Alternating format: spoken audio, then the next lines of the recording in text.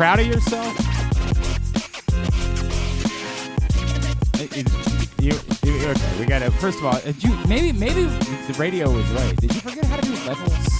No, it was already preset when I came in. No. Like when you play the music and then I start talking, I faded down. Yeah, but you didn't start doing that.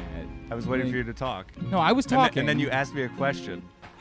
Ryan, I vouched for you. I need you to come through here. God, I'm so sweaty. I'll tell you about that in a second. Good morning. It's Glenn Clark Radio. I'm Glenn. Ryan Chell is in for Griffin today, and we'll see how this goes. Hopefully it'll be like Dean Kramer filling in for Jack Flaherty. It's not a great start with him wearing that God-forsaken... I didn't wear the whole get-up. Are you just a mark? Is that all it is? No. It doesn't matter what they put out. You're like, here's my money. Have it. I did go down there day one. No self-respect. Have to support the team. A lot of ways to do that, pal. All right, you can keep bringing the fake going. It's still I don't think we found the appropriate level yet. So I've had a morning, and I'll tell you about it in a second. We do have a lot to do on the program today. We're going to talk some Orioles after their win last night. Ben Verlander will check in with us a little bit later on. Also this morning, we're going to talk some Maryland football. DJ Glaze, Maryland offensive tackle, will join us, and also we will check in with Gerry DiNardo, Big 10 Network analyst, who is just in College Park on their Big 10 preseason tour. God, I am really sweaty. So let me tell you all about it, all right? I've had a morning. It's going to be a nightmare. You can blame the uniform if you want. Yeah, I might blame the uniform. So I get your guys' opinion about this. So a couple weeks ago, in fact, our friend John Colson said to me, look at your tire. And I walk out, and I'm like, he's right. Needs some air. So I go put some air in, and I knew I needed an oil change soon. So I was like, well, I'll just see what they think. Get an opinion about whether or not I need something to is there a hole somewhere in the tire? What needs to go on? So I put air in the tire, and then I get in for the oil change, and they say, yeah, you're going to need a tire, but not like today. And I said, okay, well, when? They were like, in the future. Soon-ish. And I was like, what does that mean? Like, should I just do it today? But this is the mistake, is I actually, had my wife pick the car up, and then, she was handling the conversation, and who knows? Because she was like, well, they just said you don't need it now. Like, okay. Could have been a week later. So everybody knows how this goes. You start thinking about what a convenient time would be. Like, when should we decide to do this? And we were like, well, let's get through. We were hosting a party at our house. Let's get through that. Let's get through it. And then maybe in, September, we'll do the tire. I didn't have until September, as it turns out. Couple days short. I'm driving in, and right on Delaney Valley, right around 695, the overpass, I start feeling something. I'm like, Did the car feel different? I think a little bit, but not, it was more like it sounded. I heard a sound. I'm like, I wonder if it's that tire. I'll stop and get some air on the way in. That's my strategy. I'm like, and then I start realizing, this might be bad. Now the car's starting to feel a little bit different. All right, well, let me get to the office, and then I can, deal with it from there. At least you like having it at a place that's sort of like a home base for you, right? Nobody ever wants to just pull over, because then you have no control over the situation. So I'm like, I'll get to the office, and I'll deal with it there. And so I'm I'm approaching Joppa Road, because we're in Towson. For those that don't know, we've moved to Towson a couple years ago. I'm approaching Joppa Road, and I realize, oh, no, this is a real problem. I'm starting to notice that, it's shot. The tires. Were sparks flying? Not quite, but hang tight. Okay. So now I'm in that in-between so I pulled over to the right, right? Because I'm like, I might have to just pull over. But I don't want to do that. You never want to leave your car in the middle of a road. Right. There's nothing good about that. Right. You're an a-hole to everybody else. This is part of my eternal empathy problem, is that I think about other people in these situations. Just be selfish, right? Glenn. Right. That's A. B, I have to come to work, so I'm not going to be able to stay with the car. What a terrible idea. It's just abandon your car in the middle of a road. So I'm like, God, I got to try to get it at least somewhere where I can pull over, but I don't know if I can make it or not. But I'm really hell-bent on, and I don't know how other people are in these situations. Maybe everybody else is just like, nah, dude, if the tire's shredded, what are you doing? Pull over. Just in the middle of the road, who cares? So I see the public safety building right there, right? Like our good friends, Corporal Robbie Wright, our friends in the Baltimore County Police Department. I say, that if there's ever a place, it would be the Baltimore County Public Safety Building. They're waving you in. Right? But I got to, again, now I'm going to have to turn on Joppa, go up the hill, and get back around in order to get into the back parking lot, right? And it's clear. I mean, like, the car can't go more than about 30 miles an hour at this point. Like, I'm seeing smoke. Do you have people like behind you, like honking? No, there was oddly nobody behind me, right? Like if they clearly at this point would have been, though. Right. Like there definitely would have been people. It was a scene now. And I'm like, God, I just want to get in this parking lot. I just want to get this car off the road. Like I don't want to leave it in the middle of the road. Inevitably doing drastically more damage in the process. Like that decision likely cost me hundreds of dollars because when I should have taken a picture. I get out finally. I get into the parking lot. And I'm smelling burning. And I'm like, oh, no. Oh, no. Now, I get out. I look. The tire is utterly shredded. I mean, it's everywhere. Like, I've never seen anything like it. Right. The tire's everywhere. Then I see that, like, there's a little bit of melting. Or in the area. I don't even know what you call that. The rim? Not the rim. I mean, like, on the body of the car. Oh. That's how bad it is. Oh, wow. Yeah. Inevitably, I have seriously messed up my car. All because I didn't want to leave the car in the middle of the road. Like, this is all on me. Right. If I just leave the car in the middle of the road, say, what the hell, it's the middle of the road. Just be selfish in the future, right. Glenn. I might get, like, this might cost me thousands of dollars now. Who knows? I don't know anything about cars. This is the one thing you have to know about me. This is not my area. I don't know anything about cars. But obviously, I just should have said, the hell with everybody else. I'm leaving the car in the middle of the road. Deal with it. But I got to be over here. We got a show to do. This turns out we didn't have any guests lined up at the 10 o'clock hour, so I probably could have waited.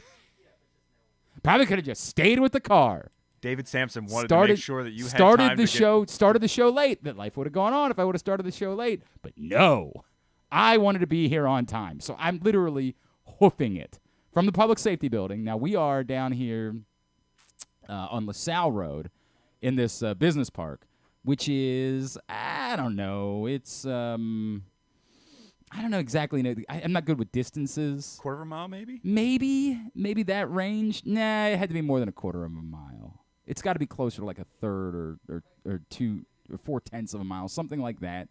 I'm thinking 3/8. Yeah, somewhere in that neighborhood, whatever it is. And I'm like, God, I only have 15 minutes. Like, I'm going to have to actually move. Like, I can't just walk the entire time.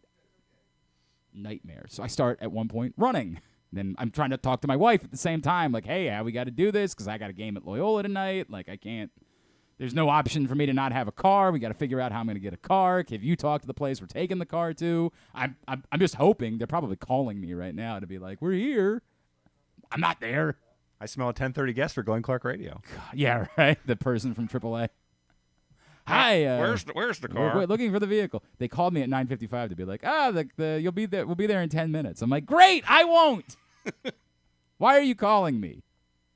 How does this help my life in any way? Just get my car, for God's sakes. Tell me when you have it. Another reason why it's on its way to the shop. Another reason why you should just left it in the middle of the road. They would have been able to find it easier. Yeah, probably would have been able to find it easier. Yeah, it's the car in the middle of Joppa Road. God, this is going to be a nightmare. Like, I'm trying to laugh about it because I want to think about what my idiocy. This is, of all of the things that I feel emasculated about. Now, there's plenty of things because I am not a man. Like, I want to make that abundantly. Stan White wanted it. Stan White today. I shared a story on Facebook about, I think I shared it in here, about going to see Barbie and how there's this scene where it's very obvious that Ken is about to play Push by Matchbox 20 on the guitar. And, like, because literally everybody in the theater has clearly seen the movie 100 times, I thought it was going to be an immersive experience and everybody was going to sing along. So I'm like, I'll sing along with everybody. I thought we were at the Rocky Horror Picture Show. So I look at my wife and my old roommate, and I said, we're going to sing, right? And they're like, what? And I swear to God, he starts playing, and I'm like, I don't know if, and I'm looking around, nobody. Nobody. Not a single person in the theater. And you're in the front row, right? I'm in the front row. Like, well, there was that. Somebody's throwing stuff at you from the that. I got a few looks. That did occur. So I tell that story on Facebook, and Stan White, legendary man, an actual man, a man of note, a football player, fella, Stan White. A man who would have fixed his car on the side of the road. Probably by hand. Wouldn't even needed tools. Would have patched the whole thing up like he was MacGyver. Would have taken out his bubble gum and had the whole thing fixed.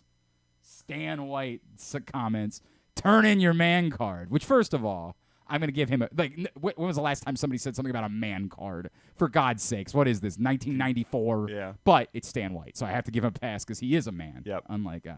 What, Colson? What? About the Barbie thing? Or about the tire thing? The tire. But, Kimmy, you can come in here.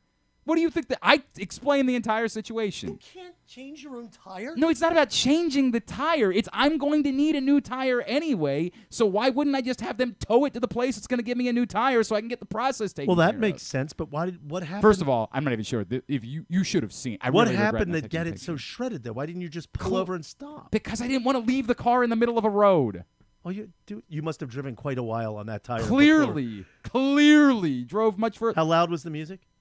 I mean, reasonably, but no, it's one of those things where, like, I knew there was a problem. Did you hear what I said? Did you hear? Yeah. You were out here having a conversation. Yeah. You know how this goes. I know this is an issue, but I'd rather be at the office dealing with it than on the side of a road. Yeah, but not with a dealing flat with it. tire because I you're going to do what you understand that, did. but I didn't know it was a flat tire at first. I just knew it was an issue. That's all I knew. So, but you didn't think to pull aside and look, or? No, I thought I'm 5 minutes away from the office. I'll get to the office and deal with it. Or what the real plan was to go to the gas station across the street that I'm not going to give a plug to because we like the other place more. So the real plan was for me to get here because I know that place has free air. Get there, put the little bit more air in the tire, and deal with it in the afternoon. That was the first. You can always plug a gas station if you'd like to, even though we do like K&S. No, we like Royal Farms is what I'm Royal Farms. Oh, you mean I'm sorry. Yeah, I you thought clearly missed what I was trying to do. No, there's another there. gas station right down the road. they're down the street. No, I thought you meant a gas station. This is I meant the place right across the street. This is a convenience place that happens to have gas pumps. Well, that's fine, but it's right across the street. No, we're Royal Farms fans. Yes, we are 100% Royal Farms people.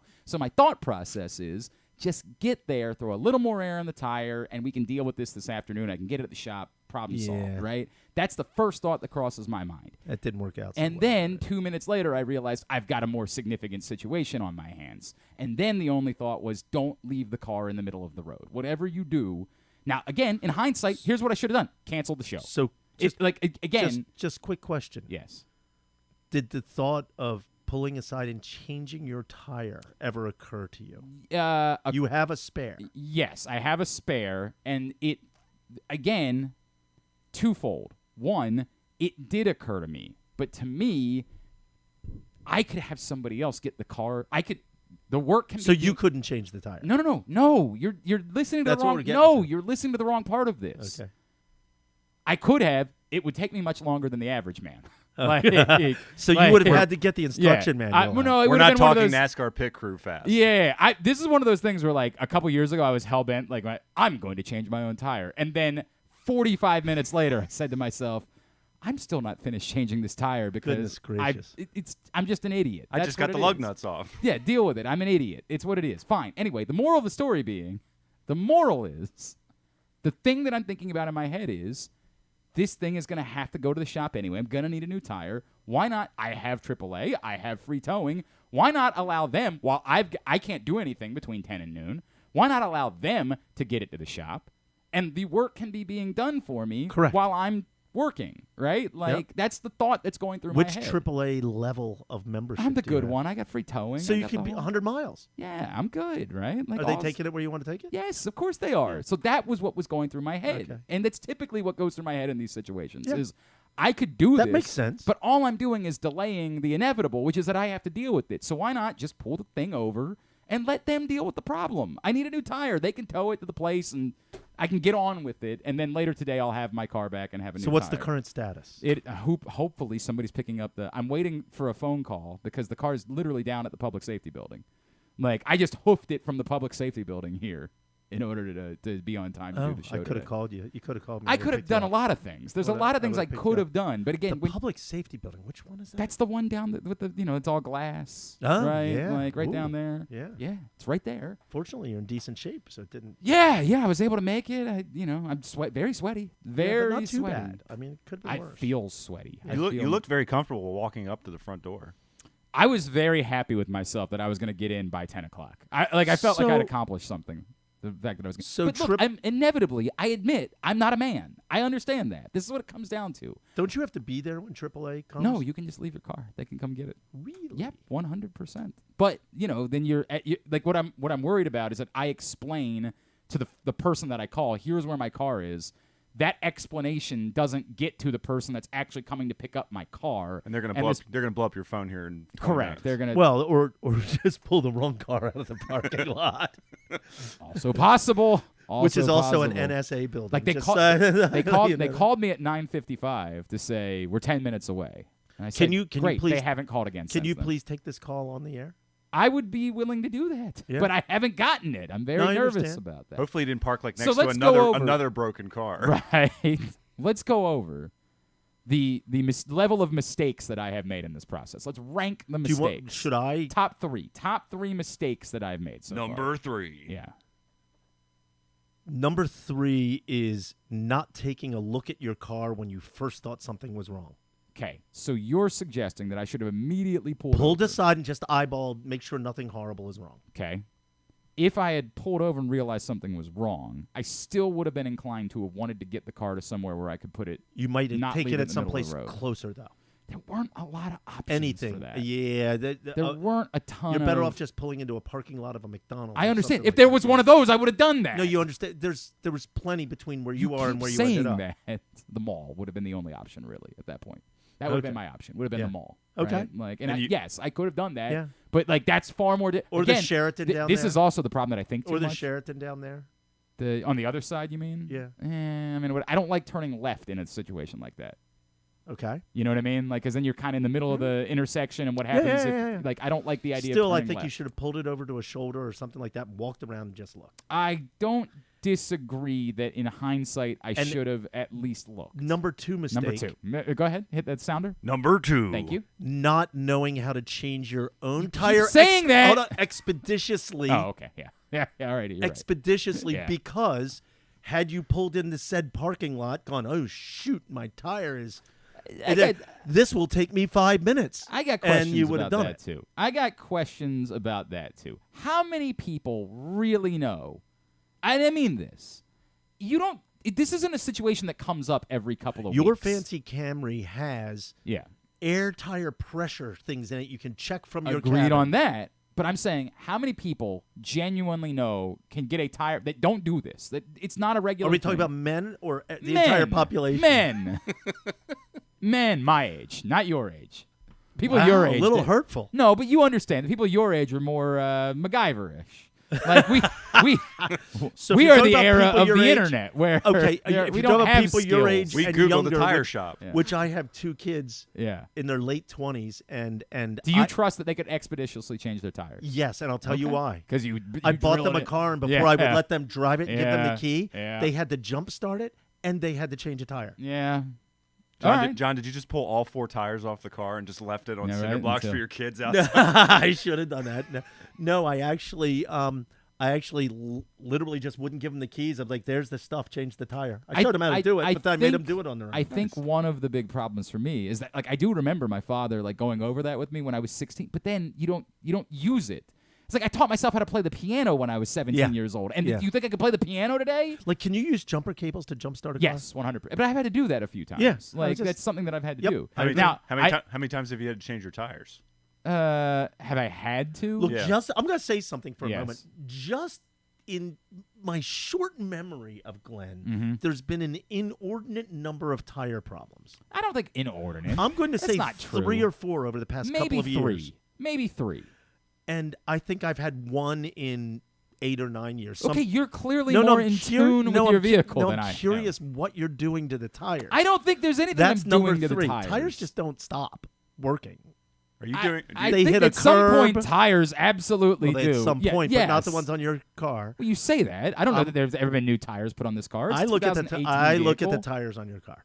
What do you mean you look at the tires I on my see them. car? I You was just walk worried- out and you're Yeah. like, let me You- check you out can't- Glenn's tires. Well, no, they're there, and I've actually said to you Yes, at and some I point. did. And you know what happened when you said it to me? I went and got air in the tire. I took it to the shop. I said, do I need new tires? They said, not right now, but you will. See what I mean? So As it turns out, the you will was coming up a lot quicker than they I would projected it argue to that be. a curb was hit, or I didn't. I mean, if or- somebody.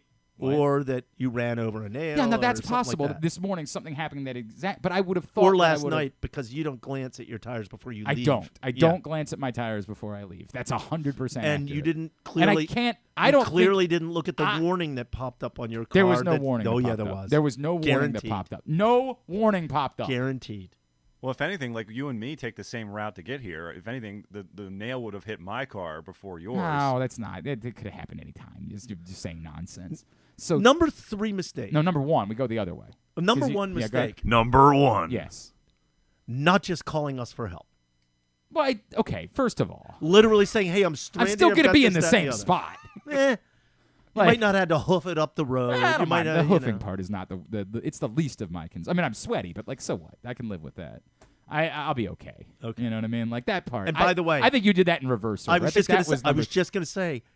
I reversed the order. Yeah, of the, I think of the that one was intensity. definitely not Yeah. the number one. Of Well, I the couldn't list. think of a number 3 in time for the number 1. I see. know. You were put a lot of pressure was put on you in Yeah. order to go through it. Look, man, it's what it is. If It we- is what it is, if- and that is a thing to live by. In other words, Oh, but I'm really worried that I caused hundreds. Like what would yeah, have you're been? going to need a new rim. Where is it? Where? What do you mean? It's where at is it? it's the It's at parking lot down there. I was gonna well, take unless a somebody already went and got it. look. And the tire's shredded. Oh, you'll never see anything like it. so It's gone. so the best thing that can happen. And there's definitely some melting around the area of the tire. Yeah. Okay, but the best thing that can happen is Mm-hmm. if somehow you got through that without physically damaging the metal rim. And I looked And like that's the rim. possible. It looked like the rim was intact. And it that's looked possible. like the rim was. And but if- I don't know that because But again, I'm an idiot. But if that's it the, just looked but if like that's that the way. case, you'll only have to pay for a tire. Well, that would be wonderful. I mean, like if that's what this comes to, is that I If the only have to pay for a rim tire. is messed up, Oh, it's ball game. what I would Yeah, right. recommend Yeah. is a trip to a junkyard or looking for a rim on. I'm not kidding. I understand, but you Or- know I'm not doing that. Or you could look for a rim on eBay. If you don't want to mess with that, you don't want to mess with it. John, Okay. I'm an adequate man. Like at most, I am at most on my best day. I thought adequate. I thought internet shopping was in your. It is in my blood. But your then what am I going to wheelhouse. do with that? What am I going to do with it once I find it? First of all, how do I know which rim is mine? You take a picture of the rim. Oh, on your for car. God's sakes. You're giving me way too much You credit. take the rim with you. I have suggested that most offices need a resident man. Like we You mean like need Stan? no. Okay. No, I mean like somebody who's good at this type of stuff. I'm good at this Somebody, type of stuff. I could have changed your tire in minutes. I believe that part to be true, but I'm saying like you have I mean someone who's just around. You need Steve to Regler. be kind of a Steve Regler, yes. I need someone who's just around to be the man of all things. And whose company understands that part of their responsibilities is taking care of personal issues for people when a man is needed. You're talking about you need a personal valet. No, not a personal valet. Well, I did that for 6 months. Well, that actually was true. He had to drive me around for 6 months, but that's only to drive. He didn't actually do anything besides that. What I'm talking about is for the company. That like there is someone who whatever they're doing, they can always pick that up and say, "I'll get back to this." Yep. So that I can deal with an issue that some of the personnel are dealing with here, where they need a man, right? Like, I find myself saying that a lot. Steve Regler. Exactly right. Steve Regler is exactly what I'm talking about. I think every company needs to have a resident man. Countless examples of that guy who, Yep. for the people that he worked at a radio station where we Correct. both worked, and he's an amazing guy. He's one of the nicest guys ever. And he is the guy that you can pull off of anything that he's currently doing. Yep. He will fix anything in the world that is wrong. Correct. And then go right back to work on whatever he And was doing every prior company- and never complain. Nope, not and at all. Never just sort of do it and It's smile part of who and you it's thank part him. of their It's role. his DNA. And it's the in his company DNA. recognizes that's part of this person's role. They're Like, afraid to lose him. They can't lose him. They recognize that part of what makes this person so valuable is sometimes he's not going to be doing company work. sometimes he's going to be doing work related to the personnel that you have, which is for the betterment of the company. Yes. Every company needs a man, needs a resident man. I'll get right on that, but unfortunately in today's... That's the problem. You have to do the company stuff. In it today's, can't be you. In today's environment, I'm going to have to get somebody from India just to consult on that. We need a resident man, John. That's No, what we need. We need to hire someone. We need somebody from India, and you can call them and say, "I need a man." Right. What should No. I'm telling you, you need to post a position resident man that says man on That's it. on LinkedIn. Press box looking for man. I wonder how that would right? go. You know what? We could use some more attention, so maybe that would be. I think it would be great. We drive some clicks. Looking for a man. I am a company looking for a man. That's what we are. Glenn did this for marketing purposes. I would have to put in parentheses or a woman that is comfortable doing man stuff. If a woman wants to play this role, I feel like I'm digging my hole deep. No. What you said is very important. We're not being sexist. We need somebody who fills the role of resident man. If that happens to be a woman, all good. The title is just man. That's it. Okay. We need someone who's here for about, any of these things. Can we call it 1950s man? 1950s man. That's good. But it doesn't. Then we don't get as much attention. If we just say we're looking for a man, I feel like that goes a long way. You're right. I think that would. I feel like that goes a long way. I'm not sure that posting is the way I should go. Fine. I just feel like it's important for every company to have this role because, frankly, I am not one. I'm trying to think of the man. people that come in here. I was thinking Drew, maybe. No, but no. Are you out of your mind? Well, I am not a chance in hell. I eliminated that. What? Griffin has No. potential for the future. Griffin's a problem solver, but he's not a man. No, I got you. But he might be able to change a tire. I'll believe that he's capable of changing a tire, but he can't really solve the problems once they get beyond that.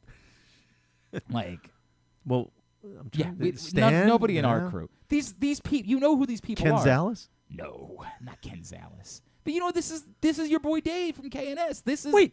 Chris. Chris who? Ruling. Maybe closer, but he's more of a salesperson than he is a. Yeah, so he'll tell you he can do it. That's and then maybe that's he won't part be able of to the do problem, it. right? Like we need. I could do that. John Miller might be. He could maybe fit this. I role. agree. Like that might be something. That he's good, by the way. Oh, thank God. I was very nervous about that. I'm glad we're handling. Nobody cares. Hey, everybody, we're going to have a production person for this show we haven't announced yet. I haven't mentioned the Orioles yet. We're 28 minutes into the show. Hey, they won last night. They did, and I appreciate that. It was well played.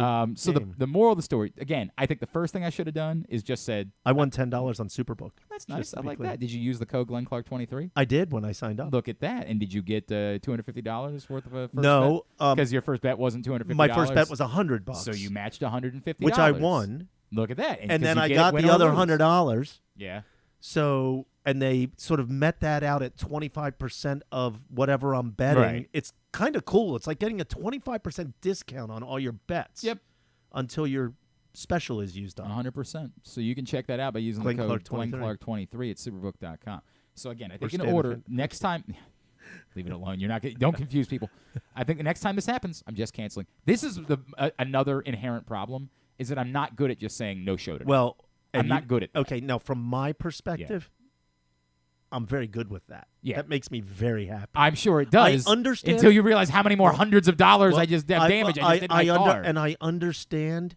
And if you had called and said I can't do it or you couldn't do it, I would have been cool with that. I'm not good at that. But I like that in your DNA. I'm not good at just saying I'm not going to work. Like I'm going to put my wife vastly out today to try to drag. We're going to go pick up an extra car for my parents because I got to be at Loyola tonight, right? Like I'm just not good at saying sorry. They can't just fix this thing and you don't know yet. We don't know. That's the problem. So with the unknown, I can't run the risk of me not having a car. So your wife might have to drive for half an hour. And a half an hour. She's got to drive from where we live back to here, out to Kingsville to get a car, back to. I mean, like it's a whole thing, man. I get it. It's a whole. She can't just loan you her car for the day. No, she's got the kids. They got soccer practice. Oh, tonight. okay. Yeah. But again, and another person would just be capable of saying, "Sorry, I'm not going to work today." In the city, we just would. You would Uber. I understand that, but I live. Oh, you can Uber. It just costs you $400. Exactly right. And I've already got to pay $400 of the extra damage that I did to my car. Hopefully not. God, nightmare. You're about right in the price range. So that's what's happening. This was therapy for me today. Thank you for tuning in for Glenn Clark Therapy here on the program. How about the Orioles? Yeah, I'm going to talk about that next. You good? Anything you want to talk about? Anything you want to say? Yeah, we love Superbook. Superbook. I met with the people at Superbook last night. Yeah, and they were very pleased with our results today. Oh, wonderful! I'm happy to hear that. Yeah, I'm happy to hear that. You look a little shocked. We can talk about that another time. They were. The guy said no. The guy said I'm pleased. Yes, wonderful. I love that. Nothing makes me happier than when somebody's pleased. Has he signed up yet? Nothing makes me happier. We're not forcing that upon people. What is that? Forcing it. I'm paying them to do it. Paying them. All right. We'll talk about the Orioles. Bye. Thanks, John. It's all going to be okay. I have no idea if it's all going to be okay or not. In the future, buy those little air compressor things you can stick in your car, and you can fill your tire up. That wouldn't have saved me today. Today, the series. Well, if you would have gotten that in your car, that's the problem. It's a series of unfortunate events. I made the decision that I wanted to get to the office. The moment I made that wrong decision. The moment I made that decision, everything went to hell. Because all I knew was something's a little off, but I'll deal with it at the office. And the moment I made that decision, nothing could have saved me. Nothing. All right. We will talk about the Orioles, I promise. They got a 7-0 win last night over the Blue Jays, and really interesting. Didn't need their closer. We'll discuss it next. It's Glenn Clark Radio. Hike to new heights. The best view is yours in Washington County. Our iconic scenic overlooks provide some of the most breathtaking vistas in the Mid-Atlantic. Some are very easy walks, some can be driven to, and some are the payoff for a moderate to difficult hike. All are near quaint small towns that offer great dining, shopping, hiking gear, and more. Explore our 5 national parks for iconic vistas and wineries with breathtaking views. Visit our quaint historic towns and make your stay unforgettable. Learn more at visithagerstown.com. Maryland, be open. America's biggest bike race returns to Maryland Sunday, September 3rd as 120 of the world's best cyclists race the Maryland Cycling Classic presented by United Healthcare. Come enjoy the free fan zones and festival with interactives, food, and drink beginning at noon.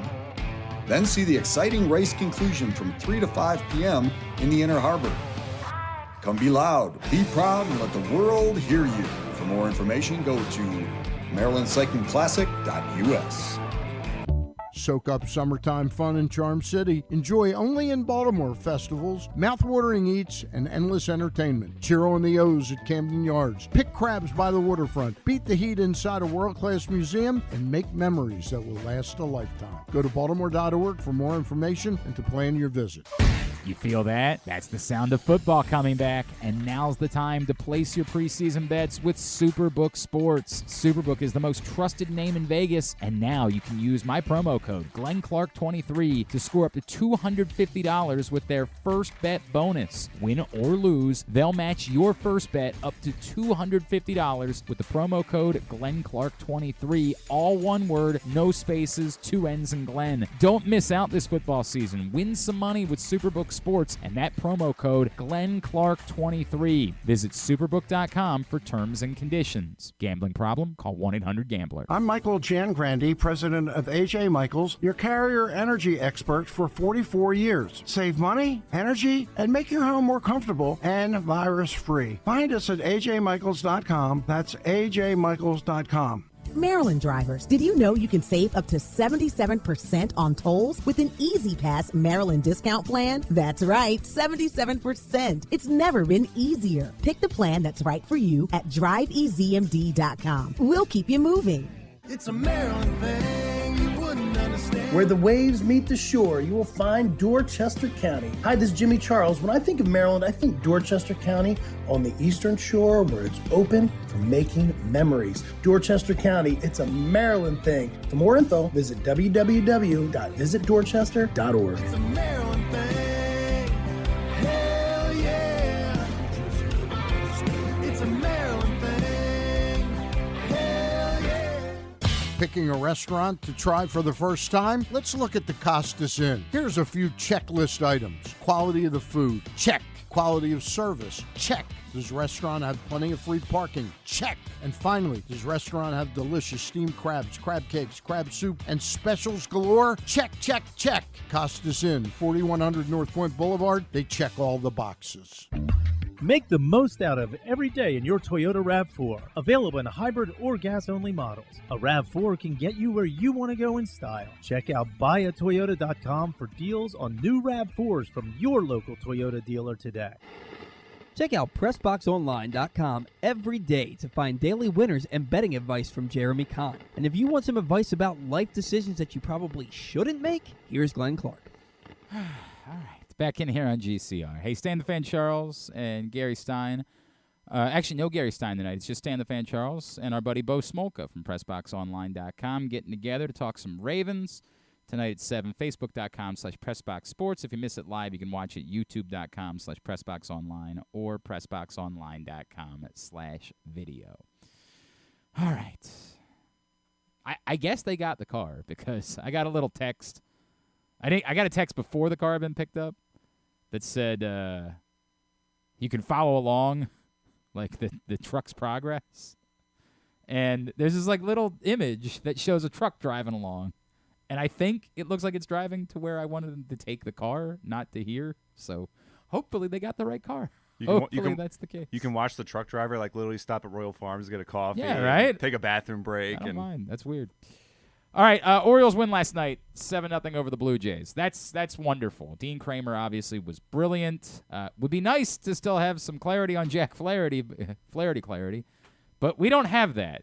Jack Flaherty, God, one of the beat writers yesterday posted the entire interaction, like transcribed it, and posted the entire back and forth that they had with Jack Flaherty. Here we go. This is from Jake Rill, of course, from MLB.com. Why aren't you starting tonight? Quote, just because sometimes you don't bounce back the way that you want to, and you just try to make the right decision of making sure that you feel right. Sometimes after starts, you just don't bounce back the way that you want to. Maybe we should keep a counter going of how many times he says that. So he's already said bounce back twice. What specifically is the issue? Just in general. I'm not going to get into specifics, but throwing yesterday, I just didn't quite feel like I bounced back. 3. And sometimes those are the hard decisions to make, especially, you want to take the ball every time out. It's just one of those things. Next, could you start Thursday, or will you be skipped this turn?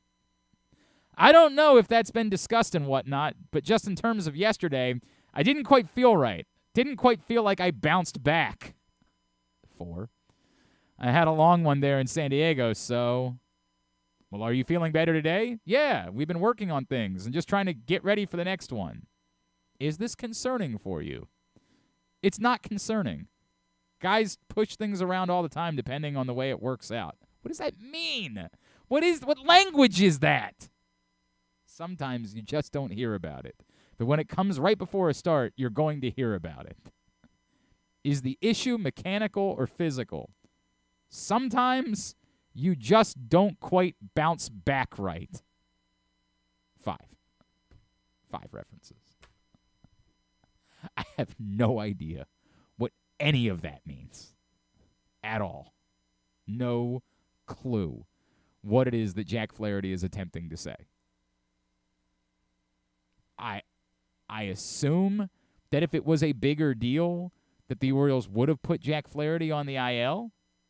I don't think they'd purposely wait longer to make that decision if they knew it was a bigger issue. They clearly didn't wait very long to give Mike Baumann the boot, although they had to make a decision about Austin Voth, so somebody had to go. That might just be their way of saying, look, Baumann will be back here. He'll be the extra pitcher on September 1st, but we had to put Austin Voth back on the roster, and since we're only talking about the difference in a week, that's what it is. You would assume that if they knew that there was a legitimate problem, that Jack Flaherty would have already been put on the IL, because why would you want to wait any longer? Why wouldn't you just want to have another pitcher available to you ASAP? They definitely need the roster spot. You were activating Austin Voth. It would have been very easy to put Jack Flaherty on the IL in order to activate Austin Voth. So I'm willing to believe that there isn't a bigger problem, but it's weird. Like, we can't pretend like it ain't weird, like it ain't troublesome. What happens next? Hopefully they announce today when Jack Flaherty's making his next start. Hopefully that's what happens next. In the meantime, they just keep bumping up because everybody's on normal rest. Not only are they on, because they were in a 6-man rotation, there was an off day. It's not just normal rest. It's still normal rest plus a day until they get to whoever would be 6th. So until they get to Sunday, everybody would still be on an extra day of rest. When they get to Sunday, they would have to turn around and start Grayson again on just normal rest, and you would assume they wouldn't want to do that with Grayson specifically. So this doesn't really become an issue until Sunday. As long as Jack Flaherty can start by Sunday, they're not really messing with anything. And it's not like they couldn't start Grayson Rodriguez on normal rest. They could, but given the innings thing and given the importance of Grayson Rodriguez, you would think that they would want to avoid starting Grayson Rodriguez on normal rest. And it's easy to say, well, you can sort of make Austin Voth a swing man and say, hey, if we need you in a long relief role, we'll go to that. But if not, then you might have to start. But again, if there was risk of him not being able to pitch by Sunday, you would think they would have just put him on the IL. So,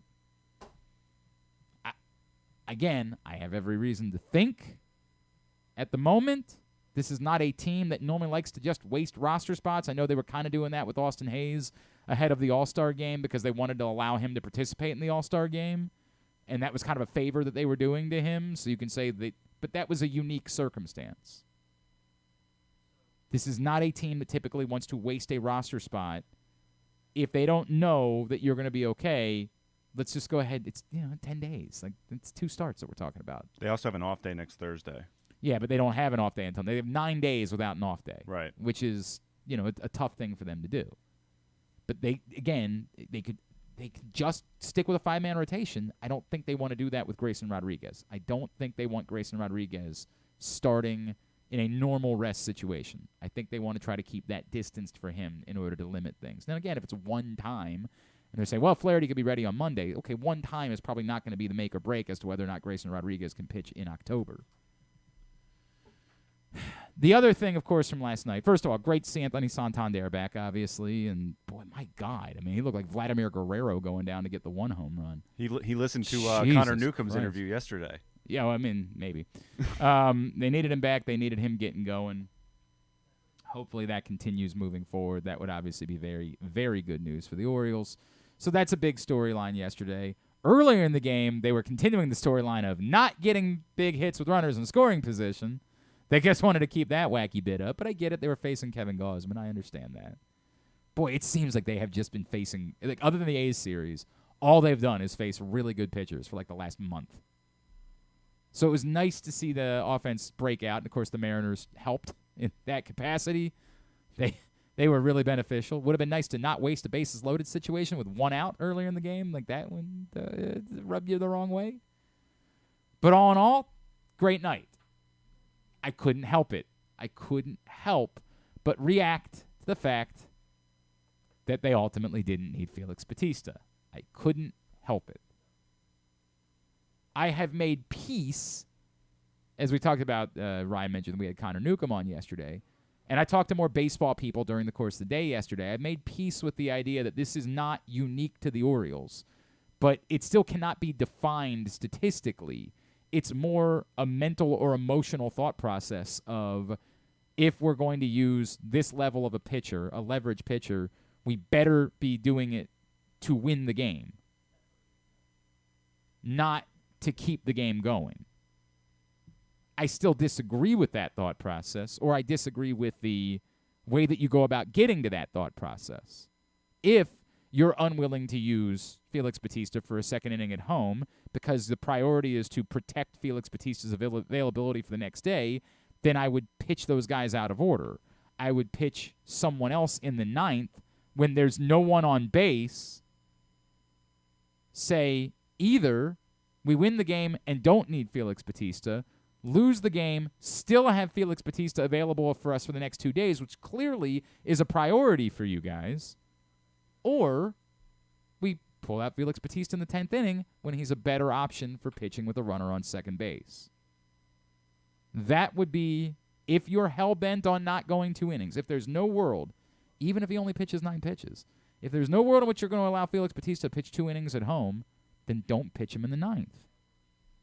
That doesn't seem hard to me. You were willing to accept that the result of the game might be a loss once you got to the 10th. So why use him at all? Like, what if he had pitched 28 pitches in the 9th?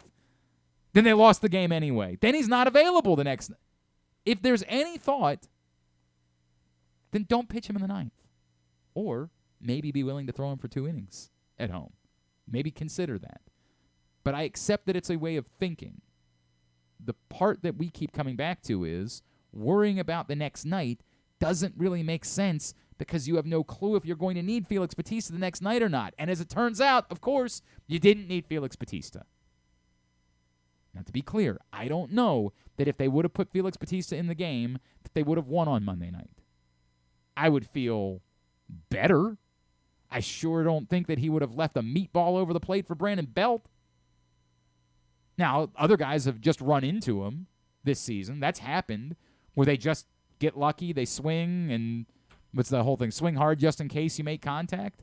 Other guys have done that this season. It happened, obviously, in New York. It happened against Houston. It's happened this season, where just swing hard, and maybe you'll get lucky and you'll make contact, and it'll go out of the ballpark. Those were 2 of the best hitters in baseball, though. Correct. And those 2 uniquely, yes, 100%. Yeah, I mean, Aaron Judge and Kyle Tucker, both very good.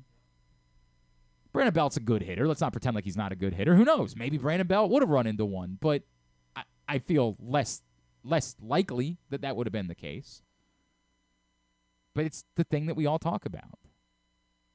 Why are you worrying about the next night when you don't know if you're going to need the closer the next night? You don't know if you're going to need the closer tonight. You don't know if you're going to need your closer again until Sunday. And I as I said yesterday, I am understanding of the Orioles' propensity is to play close games, and they're playing against a good team. So there's a reasonable thought process that includes them maybe thinking about the fact that they might need to do that. And I'm trying to escape and not dwell on one game or one decision, but I don't know that any of us could help but think about that. 2-0 game going to the bottom of the 8th inning. Well, all right, they got this right. Probably going to need Felix Bautista to come finish it off. Right up until the point where they didn't. Right up until the point where they told him to go sit down. Fujinami looked good in the 9th inning. Be really nice if we could do that in leverage situations. Guess it's a bit easier when guys are probably just up there hacking. They should just change the scoreboard so it looks like a more competitive game for him. No, you mean the other way around. The other way they should around, change the scoreboard when it comes into a close game and try to make it look like it's a 10-run game. Yeah, I mean, like that's the frustrating part about Fujinami is you see the talent, but I've had this conversation with a lot of folks. Like, is there definitely a spot on the weird part about what's going to happen in the coming weeks?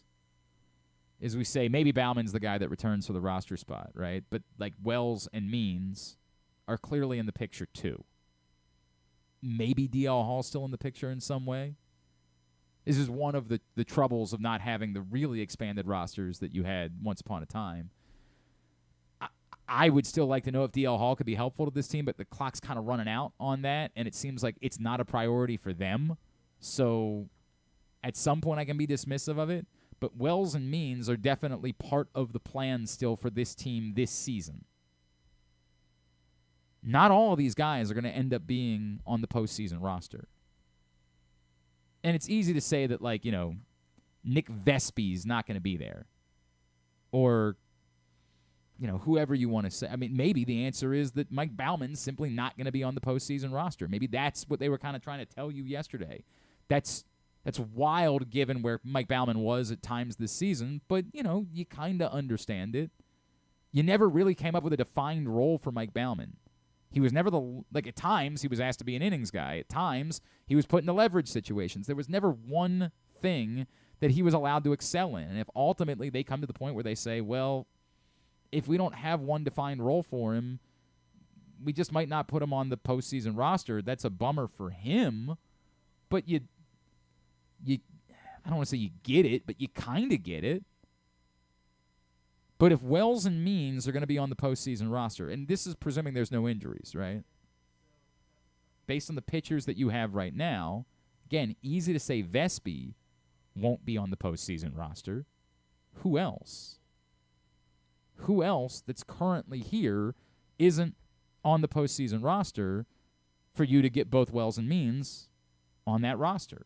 And again, maybe somebody has to be shut down between now and then, or maybe there's an injury that takes somebody out of the running. But of this group right now, maybe the questions start coming. I would think that you would keep Cole Irvin on the roster to be your long man, even if he's not going to have a rotation spot in the postseason. You were trying to convert him into a long man. You had told him that he was going to be the long man in the playoffs. And you would think that you would want someone that you believe could give you innings. Now, maybe that becomes fudgeable because somebody's not going to be in the rotation of the other 5. So I guess now you're just saying that Means is going to be shut down for the whole year? No, I'm saying if Means is on the roster, I just don't know that Means is going to be in the rotation, but I think he's going to be on the team. Well, then wouldn't Means be your long man? It depends on how much you've stretched him out by that point. Like, this is the real issue right now. Is it what is it that they're trying to accomplish with Means? Is it more important to get him here and to help in some capacity, or is it more important for you that he be able to start a game or give you more innings out of the bullpen? Again, the clock is going to run out at some point. So could he be? Perhaps. Perhaps. I don't know where you're going to be with Wells. You've been trying to keep him around 50 pitches. Again, these are all guys that could be your long man. But right now, do you know that? I just assume that Wells becomes your Bauman role. Your jack of all trades, like you use him in any situation. That's an awkward thing for somebody that hasn't done that in a while. Right. Like, has never done that in a game of consequence. Right. He's never been put into a spot where I would want to get him here. Like, I would want to get him here now if that's the way that you're going to use him. But these are all relevant questions. So maybe Irvin's the guy. Like, maybe Cole Irvin just ends up being the odd man out. But Cole Irvin's been pitching well. That's a tough thing to do. At the moment, tell me why Fujinami is more valuable than Cole Irvin. Because he can throw the ball 100 miles an hour? A lot of times he doesn't want to. He throws 100 off the base. Yes, or chooses not to, or to the point, throws it 100 miles an hour 3 feet off the plate. Some of these decisions end up working themselves out. So I don't want to make it seem like this is something that has to be decided now. And so much of it is based on, what these guys are capable of doing between now and then.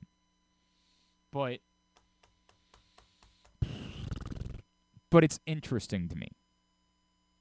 It's interesting to me thinking about it, and that all of these guys might be auditioning for a postseason role at this point. Not all of them. Some of them are going to have a postseason role. Cano, obviously, at this point, I even forget we got to throw Coulomb in the mix too. He's not on the roster right now. So there's 3 guys currently not on the roster that you assume are definites to be on the postseason roster, as long as they're capable of it in Wells, Means, and Coulomb. So that's 3 guys that wouldn't have roles in the postseason. Be interesting to see how that plays out over the course of the next couple weeks. Bummer that the Rockies couldn't help out and they fell short. Lost to the Rays. That was a bummer. That would have been nice. But such is life. You can't win them all. And the Orioles are still up by 2 games as they look to wrap up the series. As we mentioned, they'll bump up Kyle Gibson, and they need a better Kyle Gibson. At this point, you start to put together your postseason rotation. The question becomes, like, are you going to be at the point where, like, Gibson and Flaherty are the odd men out? The guys that have the innings definitively are the guys that you get to the end of the season and you say, but I don't want them starting in the postseason. They need better from those 2 guys. Obviously, Flaherty just needs to pitch. They need better from those 2 guys because they're the guys that have the innings in them. I mean, at this point, like, Bradish is your starter for a playoff series, correct? Yeah, as long as his arm doesn't fall off between now and then, because he also is up against it innings-wise. But as long as that doesn't happen, he's unquestionably been your best pitcher all season long. There's no debate about that. Yeah, he's been the best pitcher on this team. So yeah, he would be your game 1 starter, which is wild to say because, like, think about who it is that he'd be going up against in those scenarios. But no doubt, he's been this team's best pitcher. But this is starting to feel like, 2012 and 2016, where it's almost just sort of like who's pitching the best for the month or so leading up into the playoffs. Who's been pitching best for the last week? Like, remember, we wanted Ubaldo Jimenez to start the playoff game in Toronto because he was the guy at the time that was pitching the best. The irony, of course, being that Chris Tillman pitched well that day, was probably the guy that you should be pitching in a situation like that. And then, of course, we know what happened with Ubaldo Jimenez. We're all aware of it. But, like, the lead up, the days leading up, we were all talking about it. Like, the guy that you have the most faith in at the moment has been Ubaldo Jimenez. And it's starting to feel like that's going to be the case for the Orioles this year. Your rotation will be set based on who you have the most faith in at the moment. Because outside of Bradish, nobody has been consistently good. There's been one pitcher. Dean Kramer's been good Dean Kramer more than he's been bad Dean Kramer of late. And he's looking more like a guy that's going to end up earning a playoff rotation spot. But we still have a full month before we get to that point. We'll talk more about pitching. Ben Verlander, Fox Sports, is going to join us next. I don't know, he also did a podcast this week with Gunnar Henderson, so we'll talk to him about that. But we'll talk to him, see if he can speak pitcher and bounce back. What does that mean exactly? Ben Verlander joins us next. Glenn Clark Radio.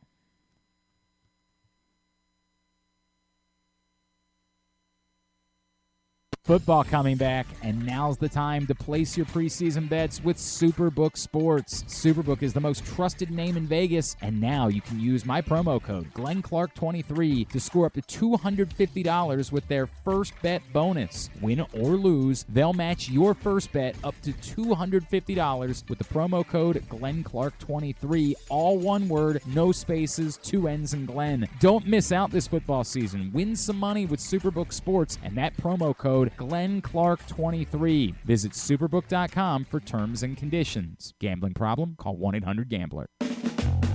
It's another exciting weekend of affordable family fun at Prince George's Stadium with the Bowie Bay Sox. Last weekend of the regular season kicks off on Friday the 8th with Adley Rutschman Night. Mystery Adley Rutschman giveaway items for the first 750 fans. Fireworks on Saturday with the return of our 1K beer run. See how fast you can complete the race while getting 3 beers down. And our Birdland celebration on Sunday. Free autograph items for the first 1,000 fans. Get your tickets now by calling 301-805-6000 or anytime online at baysox.com. The Bowie Bay Sox. Let us be your 9-inning vacation. I'm Michael Jangrandy, president of A.J. Michaels, your carrier energy expert for 44 years. Save money, energy, and make your home more comfortable and virus-free. Find us at ajmichaels.com. That's ajmichaels.com. The Maryland 5-Star returns to iconic Fair Hill October 19th to 22nd, marking the next chapter in Maryland's equestrian tradition. Best described as the triathlon of horse eventing, you won't want to miss this thrilling sport. Enjoy a fall festival with local fare, retail vendors, and tons of family fun. Come for the event and stay for the experience in Cecil County, home to the Chesapeake Bay waterfront with vibrant small towns and accommodations to suit every desire. It's the place to be in October. Visit Maryland5star.us for tickets. That first sip. That first bite. Start your day off right with a delicious breakfast at Royal Farms. Choose from a fantastic selection of fresh Royal Farms breakfast sandwiches and top it off with a rich hot cup of the freshest coffee in the world. At Royal Farms, breakfast is available day and night. It's the freshest breakfast in the world. Real fresh, real fast. Royal Farms. It's a Maryland thing you wouldn't understand. Where the waves meet the shore, you will find Dorchester County. Hi, this is Jimmy Charles. When I think of Maryland, I think Dorchester County on the Eastern Shore, where it's open for making memories. Dorchester County, it's a Maryland thing. For more info, visit www.visitdorchester.org. It's a Maryland thing. Hell yeah. It's a Maryland thing. Hell yeah. America's biggest bike race returns to Maryland Sunday, September 3rd as 120 of the world's best cyclists race the Maryland Cycling Classic presented by United Healthcare. Come enjoy the free fan zones and festival with interactives, food, and drink beginning at noon. Then see the exciting race conclusion from 3 to 5 p.m. in the Inner Harbor. Come be loud, be proud, and let the world hear you. For more information, go to marylandcyclingclassic.us. Whether your focus is luxury and comfort, convenience and technologically advanced connectivity, or sporty performance and aggressive styling, we've got the perfect Highlander for you. Check out buyatoyota.com for deals on new Highlanders from your local Toyota dealer today. If you miss anything on the show, don't forget that you can watch full episodes at youtube.com/pressboxonline, and you can download podcasts on Apple, iTunes, Amazon, and Grindr. Wait, did I say Grindr? I don't think that you would care what you think. Here's Glenn. All right, back in here and into hour number 2 of the program today. Orioles looking for a series win tonight. Joining us now, one of my favorites, of course, Fox Sports, and I know he just had Gunnar Henderson on his podcast this week. I was listening to them talk about Cal Ripken. That was kind of fun. He is our buddy Ben Verlander, and he's back with us now here on GCR. Ben, it's Glenn in Baltimore. It's always great to catch up, man. Thank you for taking the time for us. Yeah, of course. Thanks for having me. Always love hopping on. I need to make sure you're okay, because I know you are very upset about the news with Shohei Ohtani. And it sucks for baseball. There's no question about it. It sucks. Is everything going to be all right? Are you going to be okay? I'm going to be okay. Yeah. I'm just upset it sucks for the game. It sucks for Shohei, and yeah, I mean, there's really no way around it. He was pushed to wit's end, and this happened, and yeah, just it's a tough day for baseball for sure. Are you worried that this is the end of the two-way player, Shohei Ohtani? You know, I'm not. I feel like these same exact questions came about last time he had to get Tommy John a few years ago, and you know, people were saying, "Oh, this is the end. He's gonna have to choose one," and he didn't, because he doesn't want to, and he proves that he's able to do it. So I believe he's able to do it again. If you know, it's not for sure TJ is happening. I would imagine so at this point, but if that is the decision, look, he's Shohei, and he wants to pitch, and he's one of the best at doing it. So, I mean, who's going to stop him from doing it? I mean, he's going to sign somewhere. Yep. And who's going to be like, we're going to sign you and you're done pitching? I feel like he gets to make the decision. He's the greatest we've ever seen. He gets to make the decision, and if he wants to pitch, which he does, I think he'll keep doing it. And I feel like at the same time, like, why wouldn't a team still be interested in it? Like, again, you're talking about, as you point out, the most unique player in the hit. Like, I know that everybody's talking today about how it's going to cost him, you know, hundreds of millions. Like, he could have been the first $500 million player. Like, if I'm a team looking to make a splash, am I suddenly going to say, gee, I just don't know about this guy anymore. This one injury. Like, I still feel like he is going to completely break the bank and probably still be the highest paid player in baseball history, correct? Yeah. Absolutely. I also don't think the money that he was going to get, I still think he gets, I think we were talking $600 to $700 million. I think now I still think he gets, you know, $500 million. And a big reason for that is, yes, the production he brings on the field. And for 1 year, it won't be the same, but you're also not paying for exactly what you're getting on the field. You're paying for a brand that is changing the identity of an entire organization. Jersey sales through the roof. You're going to have an entire nation in Japan that wants everything to do with your team and wants your team merchandise and wants to watch your team and wants to come see your team play. And you're paying for one of the most unique talent the game of baseball has ever seen, and to have him on the field and have people come watch him. So I obviously think he's more than worth it. Agreed wholeheartedly. And it would be awesome if it was Baltimore, but considering, you know, apparently we're not willing to pay any money for baseball players here, I don't think we're going to have to worry about that. Ben, I wonder if you can help me. Can you speak pitcher for me? Because 5 times yesterday, Jack Flaherty was asked what's going on, and he just kept saying, I didn't bounce back right. And I don't know what that means. I would think if there was a serious problem, the Orioles would have already put Jack Flaherty on the IL, because they just don't waste roster spots, right? Like, I think what we can read in is say it's probably not an issue. But everything you know about pitching, do you understand what someone means when they won't tell you at all exactly what's going on? All they say is, I didn't bounce back right. Obviously, without him disclosing more, it's tough to know exactly the feeling. But what I would say is, you know, pitchers, especially a guy like Jack Flaherty, who's been in the game for a long time now and has been dealing with a lot of injuries throughout his career. Pitchers know themselves really, really well. And it's not just one every 5 or 6 days you're out there working. It's every 5 or 6 days you're out there. So you have these checkpoints that you know you have to hit on your route back. You throw 100 pitches, your body's in a tough place that next day. So you know what you have to do. 2 days after you throw, you're going to throw your bullpen, and then you're doing this, and then a flat ground, and then you know how your body's supposed to feel along that journey. And I would imagine a world in which he just didn't feel right, and he didn't feel where he would normally like to be along that path back. And I would imagine that's what he was saying. So you know how this goes anymore. Whenever we hear like discomfort or soreness, there's a family that just says, "Oh, you know what this means? Shut him down." It's gonna be. You just know the way that this works in baseball.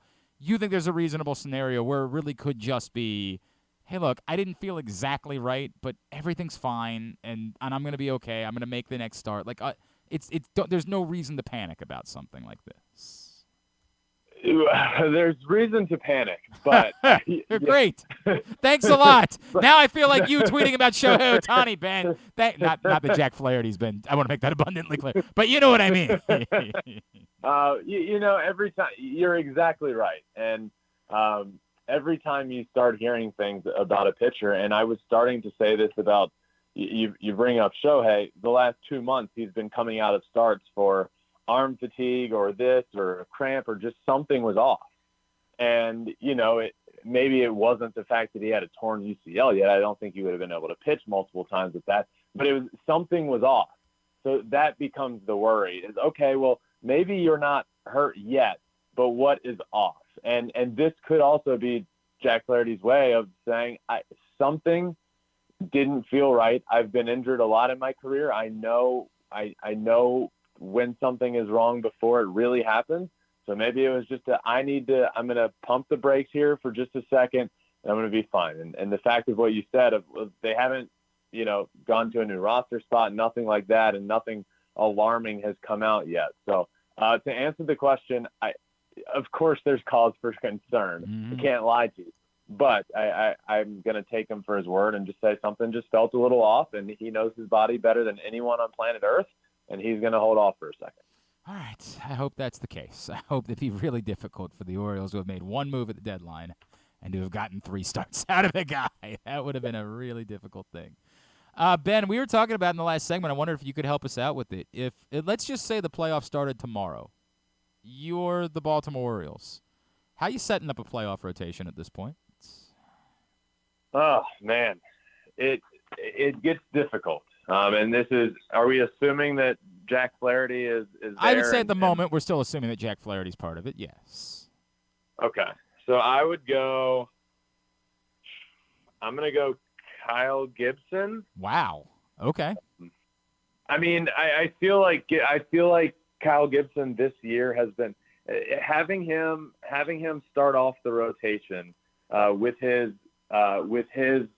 veteran presence, I feel like would be really good for the team. So I'm going to go Kyle Gibson 1, and then that allows you to go. Let's see. I'm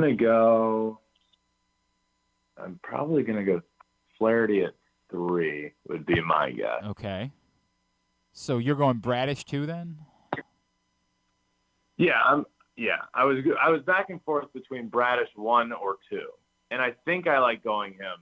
But man, this is the problem, and this is why I wish the Orioles had done more in the offseason and at the trade deadline, is because the team is more than capable of winning a World Series. They're extremely good, but they need pitching. That's what needs to happen, is they need more pitching, and it just didn't happen, and it's really frustrating. And now we're stuck with a decision between, yes, Bradish has been really good this year. Tied for the league lead in ERA. Exactly. And the serviceable and Jack Flaherty is dealing with question marks now. So you have this young team that is so ready to go out and prove that they are here. And I think they've done that this year, But ultimately, they did that the second half of last year, and this year was about getting into the playoffs and doing damage. And now we're sitting here talking about how they're going to line up their playoff rotation. And aside from Bradish, it's who's a dominant arm that they can turn to in that rotation. The back end of the bullpen is fantastic. They have all the makings of a dominant team, yet they didn't go do much. I mean, Yes. are we starting Dean Kramer? I mean, sure, Kramer's been great, but I think winning a World Series, you have to have that dominant starter or two in the rotation, and they didn't go add that, and they still haven't yet. So some combination of to answer the question, I guess Bradish, I still one or two, Gibson, Flaherty, and Dean Kramer. I don't know what you do. I would Grayson Rodriguez's stuff is disgusting, but in the playoff, I don't know. It could be a good 6, 7, 8 inning. I will see. No, it's everything that you're talking about is the difficulty that we're having when we have this conversation, Ben. And the part is what's frustrating about watching Gibson and Flaherty struggle of late is those are the guys that have the innings in them. They're the mercenaries here, right? They can pitch there's no issue. Grayson Rodriguez, I am tantalized every time I watch him pitch, and he wasn't even great on Tuesday night, and yet he still managed to deliver a quality start. Grayson Rodriguez is tantalizing, but do I know with certainty he definitely has the innings in him still? He's already passed his career high, and there's still a month to go in the season at this point, and it's the difficult part about watching this is for the big picture, it's awesome to see Kyle Bradish and Dean Kramer look better, and of course Grayson Rodriguez. But for the macro versus micro thing, for the micro, they really need those other two dudes to pitch well because those are the guys that can pitch for them in the postseason. Absolutely, and that's kind of the head scratcher of all of this. We knew the team was ready last year, and I feel like since we've added Jack Flaherty at this trade deadline, which is, I'm not complaining about that pickup. I would have just liked to see more, and I feel like the team wasn't put in as good of a position to succeed in the playoffs as they could have been. What the wild card? We're chatting with Ben Verlander here on GCR. The wild card is, of course, John Means, who's going to make another rehab start tomorrow at AAA.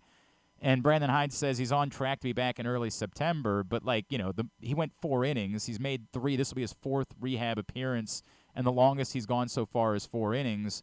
What would you need to see from John Means to be comfortable? Because he's, that's John Means we're talking about, to be comfortable with the idea that he could be part of the solution as a starter in the playoffs, or are you completely writing off that possibility? Oh man, I've been having this discussion with myself a lot lately because one, I love John Means, and if you were to tell me right now that John Means is going to be the ALCS MVP for having 2 dominant starts, I would love it. Oh, that'd be so cool. What are the odds of that for a guy that we all obviously know the journey that he's been on and coming back from? What are the odds that he can be counted on as a playoff rotation guy?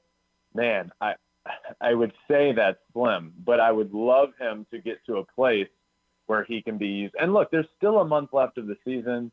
He's getting ramped up, but it feels like a long shot to expect those innings from him come October. I would love for him to be used in a role like you remember a few years ago when we were getting the Andrew Miller type role from the Guardians, where he was coming in the 5th, 6th, 7th, and bridging the gap to the bullpen. Yep. I would love for John Means to be in that kind of role in October, but really it's just selfishly wanting John Means to have a big role in October. Us three, by the way, we are. I am an unabashed John Means guy. Everybody knows that, and know his family well. He's one of my favorite people.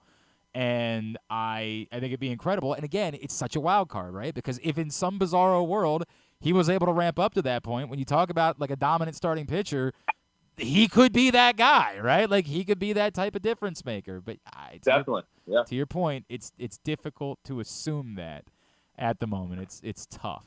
Can I also run this by you, and then I want you to talk about the Gunnar Henderson podcast. I don't know if you saw what happened the other night in Baltimore, but Felix Bautista came in a tie game in the 9th inning and pitched 9 pitches, and then it was still tied going to the 10th, and they didn't put him back out for the 10th. And on the first pitch, Mike Baumann gives up a two-run homer. And I had never heard this philosophy before, but I talked to a lot of baseball people. Because Brandon Hyde said after the game, hey, if we were on the road, it would be different. And all I could think to myself is like, why? I don't fully understand that. Like, there's still another game the next night, whether you're at home or on the road. And the thought process goes that if you're going to use your highest leverage arm to a spot where he won't be available the next night, then the second inning better be when you know he's pitching to win the game because you have the lead, instead of pitching in a tie game where you might not win because now you might not win and you've wasted your highest leverage arm. And I get it. Like, I understand it. And enough baseball people have told me that's a common thought that I'm willing to accept it. But it's still they ended up not needing Felix Bautista last night. They won 7-0, and they didn't use him on Monday and saved him for a game they didn't need him for. What do you make of that idea of when you use that arm for an extra inning or push it, particularly noticing that his pitch count wasn't up in any way?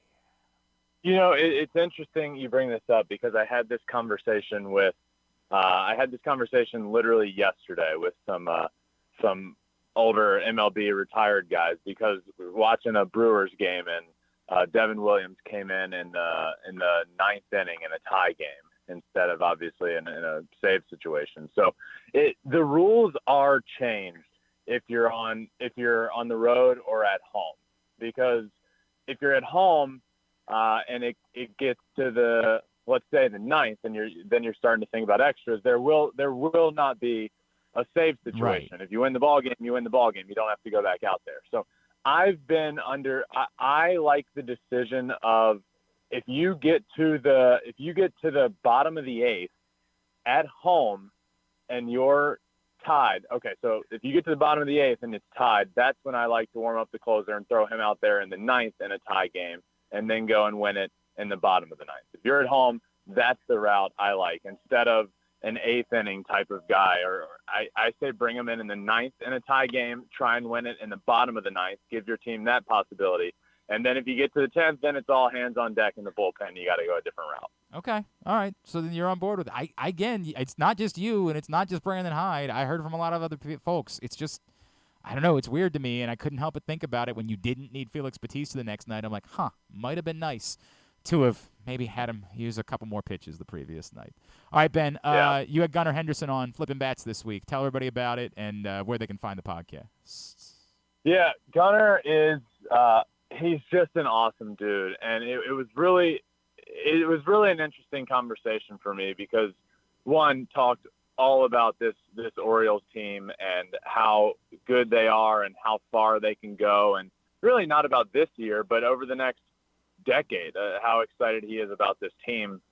But I really wanted to discuss a lot of the conversations I end up having with players are I do them a little bit differently just because of my experiences in professional baseball and the inconsistency that I had, which caused me to not be able to get to the big leagues, being really good and then being really bad. And that's not a good route to the big leagues, is being inconsistent. So I was really excited to talk to Gunnar about the start to this year and how much that's helped him and how he was able to genuinely, like, it's an easy thing to ask, like, oh, how were you able to get through it?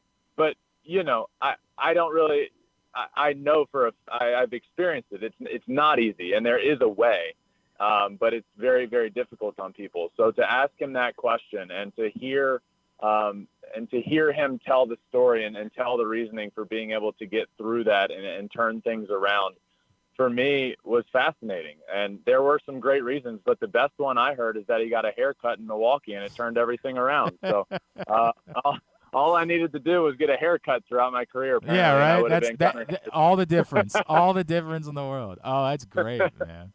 Yeah. So it was a really fun conversation. It's called Flipping Bats with Ben Verlander. It's anywhere you listen to your podcast. And yeah, it was literally Wednesday's episode, the most recent one. At Ben Verlander on the website, formerly known as Twitter. Always appreciate you, man. You always kill every time we do this. Thanks for taking the time for us. I really appreciate it. Of course. Thank you so much for having me on. Always appreciate it.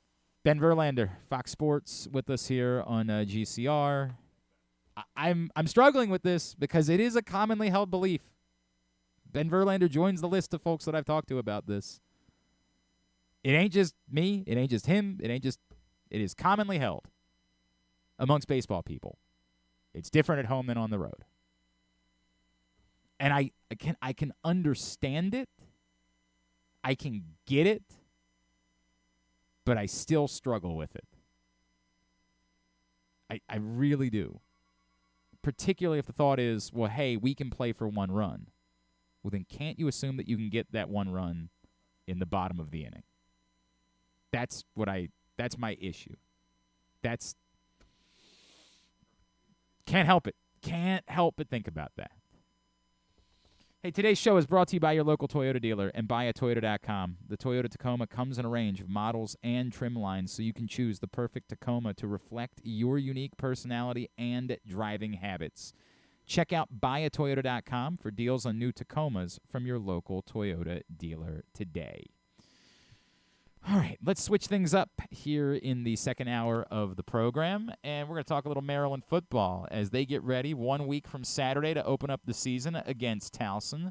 Joining us now, one of the leaders along the offensive line for the Terps. He is offensive tackle Delmar DJ Glaze, and he is with us now here on GCR. DJ, it's Glenn in Baltimore. It's great to chat with you, man. Thank you for taking a couple of minutes for us this morning. Yes, sir. Thank you for having me. Absolutely, dude. I can't even imagine how fired up you are right now. DJ, can you talk about, how these last couple of years have gone for you? And obviously, when you came in, it was the bizarreness of the pandemic season. But to watch a program that you committed to at a point where things were tough and it was coming off, scandal and coaching change, to now back-to-back big bowl wins, a lot of belief. You got a coach using the word championship when he talks to you guys. How has this happened for this program to get to this point?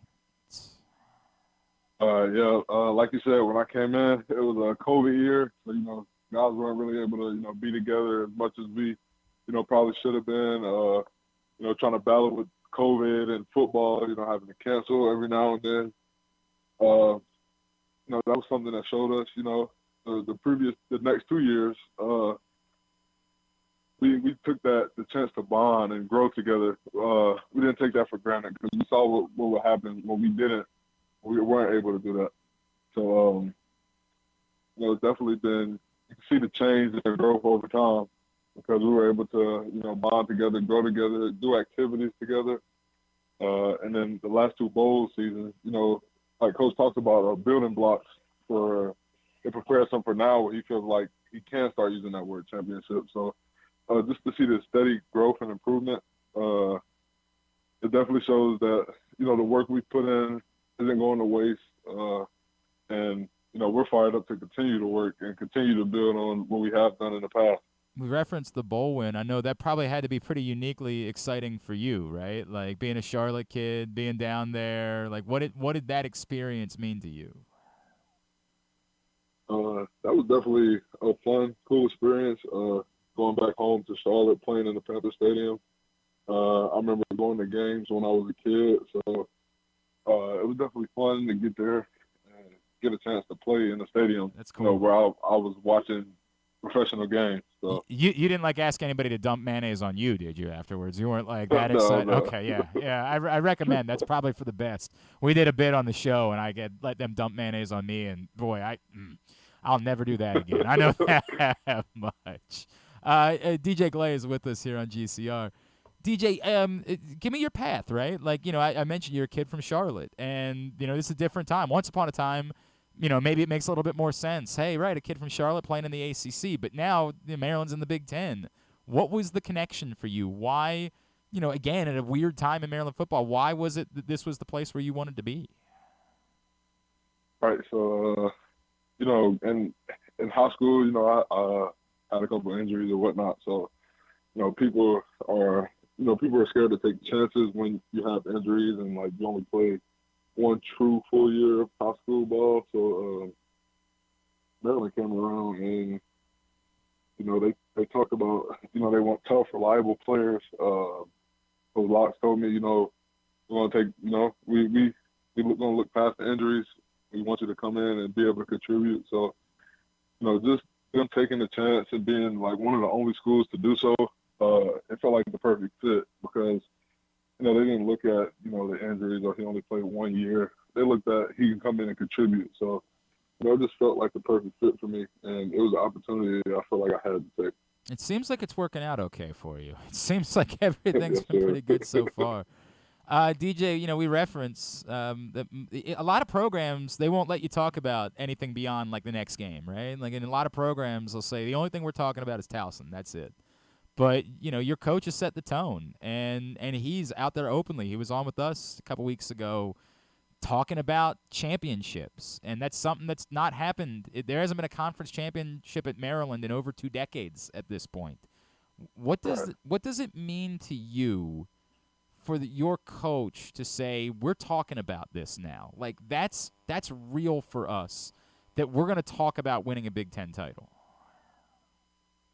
No, it definitely means a lot because I know in years previous, you know, we will always talk about, you know, we're not going to talk about championships right now. But for him to come out this year and say, you know what, we're competing for a Big Ten championship, it shows the trust that he has in his team. It shows that, you know, he thinks that we can go out and compete. Now it's on us. He already put it out there. So now it's on us to put in the work, you know, go week by week and do what we got to do to, you know, get to that level to where we're competing for a Big Ten championship. So, you know, it shows the trust is there, you know, and it definitely gets the guys fired up to know, like, the coach is like, let's go win a Big Ten championship. So, you know, we're still going to take it week by week, but, you know, we ultimately have that end goal of, you know, we know where we want to be. So we want to go week by week and try to dominate each week to get there. What does it take? Because, you know, as we've pointed out, we've seen you guys be right there. I was down for the Ohio State game a year ago, right? You guys are right there in it, and you've been very competitive. What does it take to make up that difference so that when you're playing, you know, these best teams in the country that we're talking about, you guys end up coming out on top? What's the difference for this team right now in competing versus winning to the point that you would need to get to a championship? Really, I would say it's the discipline piece. You know, last year we won 8 games, but, you know, we were one of the most penalized teams in college football. So, you know, it's hard to win when you have a lot of penalties. So, I mean, we still won 8 games. So just imagine if we clean up that little part and continue to execute at a high level. You know, things are, you know, continue to grow. Like we said, building blocks. Things will continue to get better. And then that I think that's what will separate us from, you know, winning 8 games versus winning 10, 11, 12 games. Do you know, first of all, we saw last night was karaoke night. Did everybody participate? What, like, was this a freshman thing? Like, what was the story for karaoke night last night? So usually we do it every year, the last week of camp. So, you know, guys can record songs, do what they have to do. So, you know, it's a mix of everybody, whoever wants to go up. Okay. So it's not like nobody's being forced to participate. It's just if you want to. No. Did you choose to participate in karaoke night last night? I did. All right. Will you tell us what it is that you performed? I did a song by Sha. It's an old school R&B song. It's called If I Ever Fall in Love Again. I know If I Ever Fall in Love Again. You got to have some pipes for that, bro. Like, are you like legitimately a singer? No, but I try. There's no chance that we could get you to, like, you know, maybe give us a little taste? Is there any chance that you give us, like, even just like one line of the chorus? Let me see. This is like the very first time that I saw your brown eyes, your lips said hello, and I said, oh. There we go. That's great, bro. That's great. I love that, man. The vibes seemed immaculate, right? Like they were tweeting out pictures and Coach Locke's grooving with like the scepter and everything.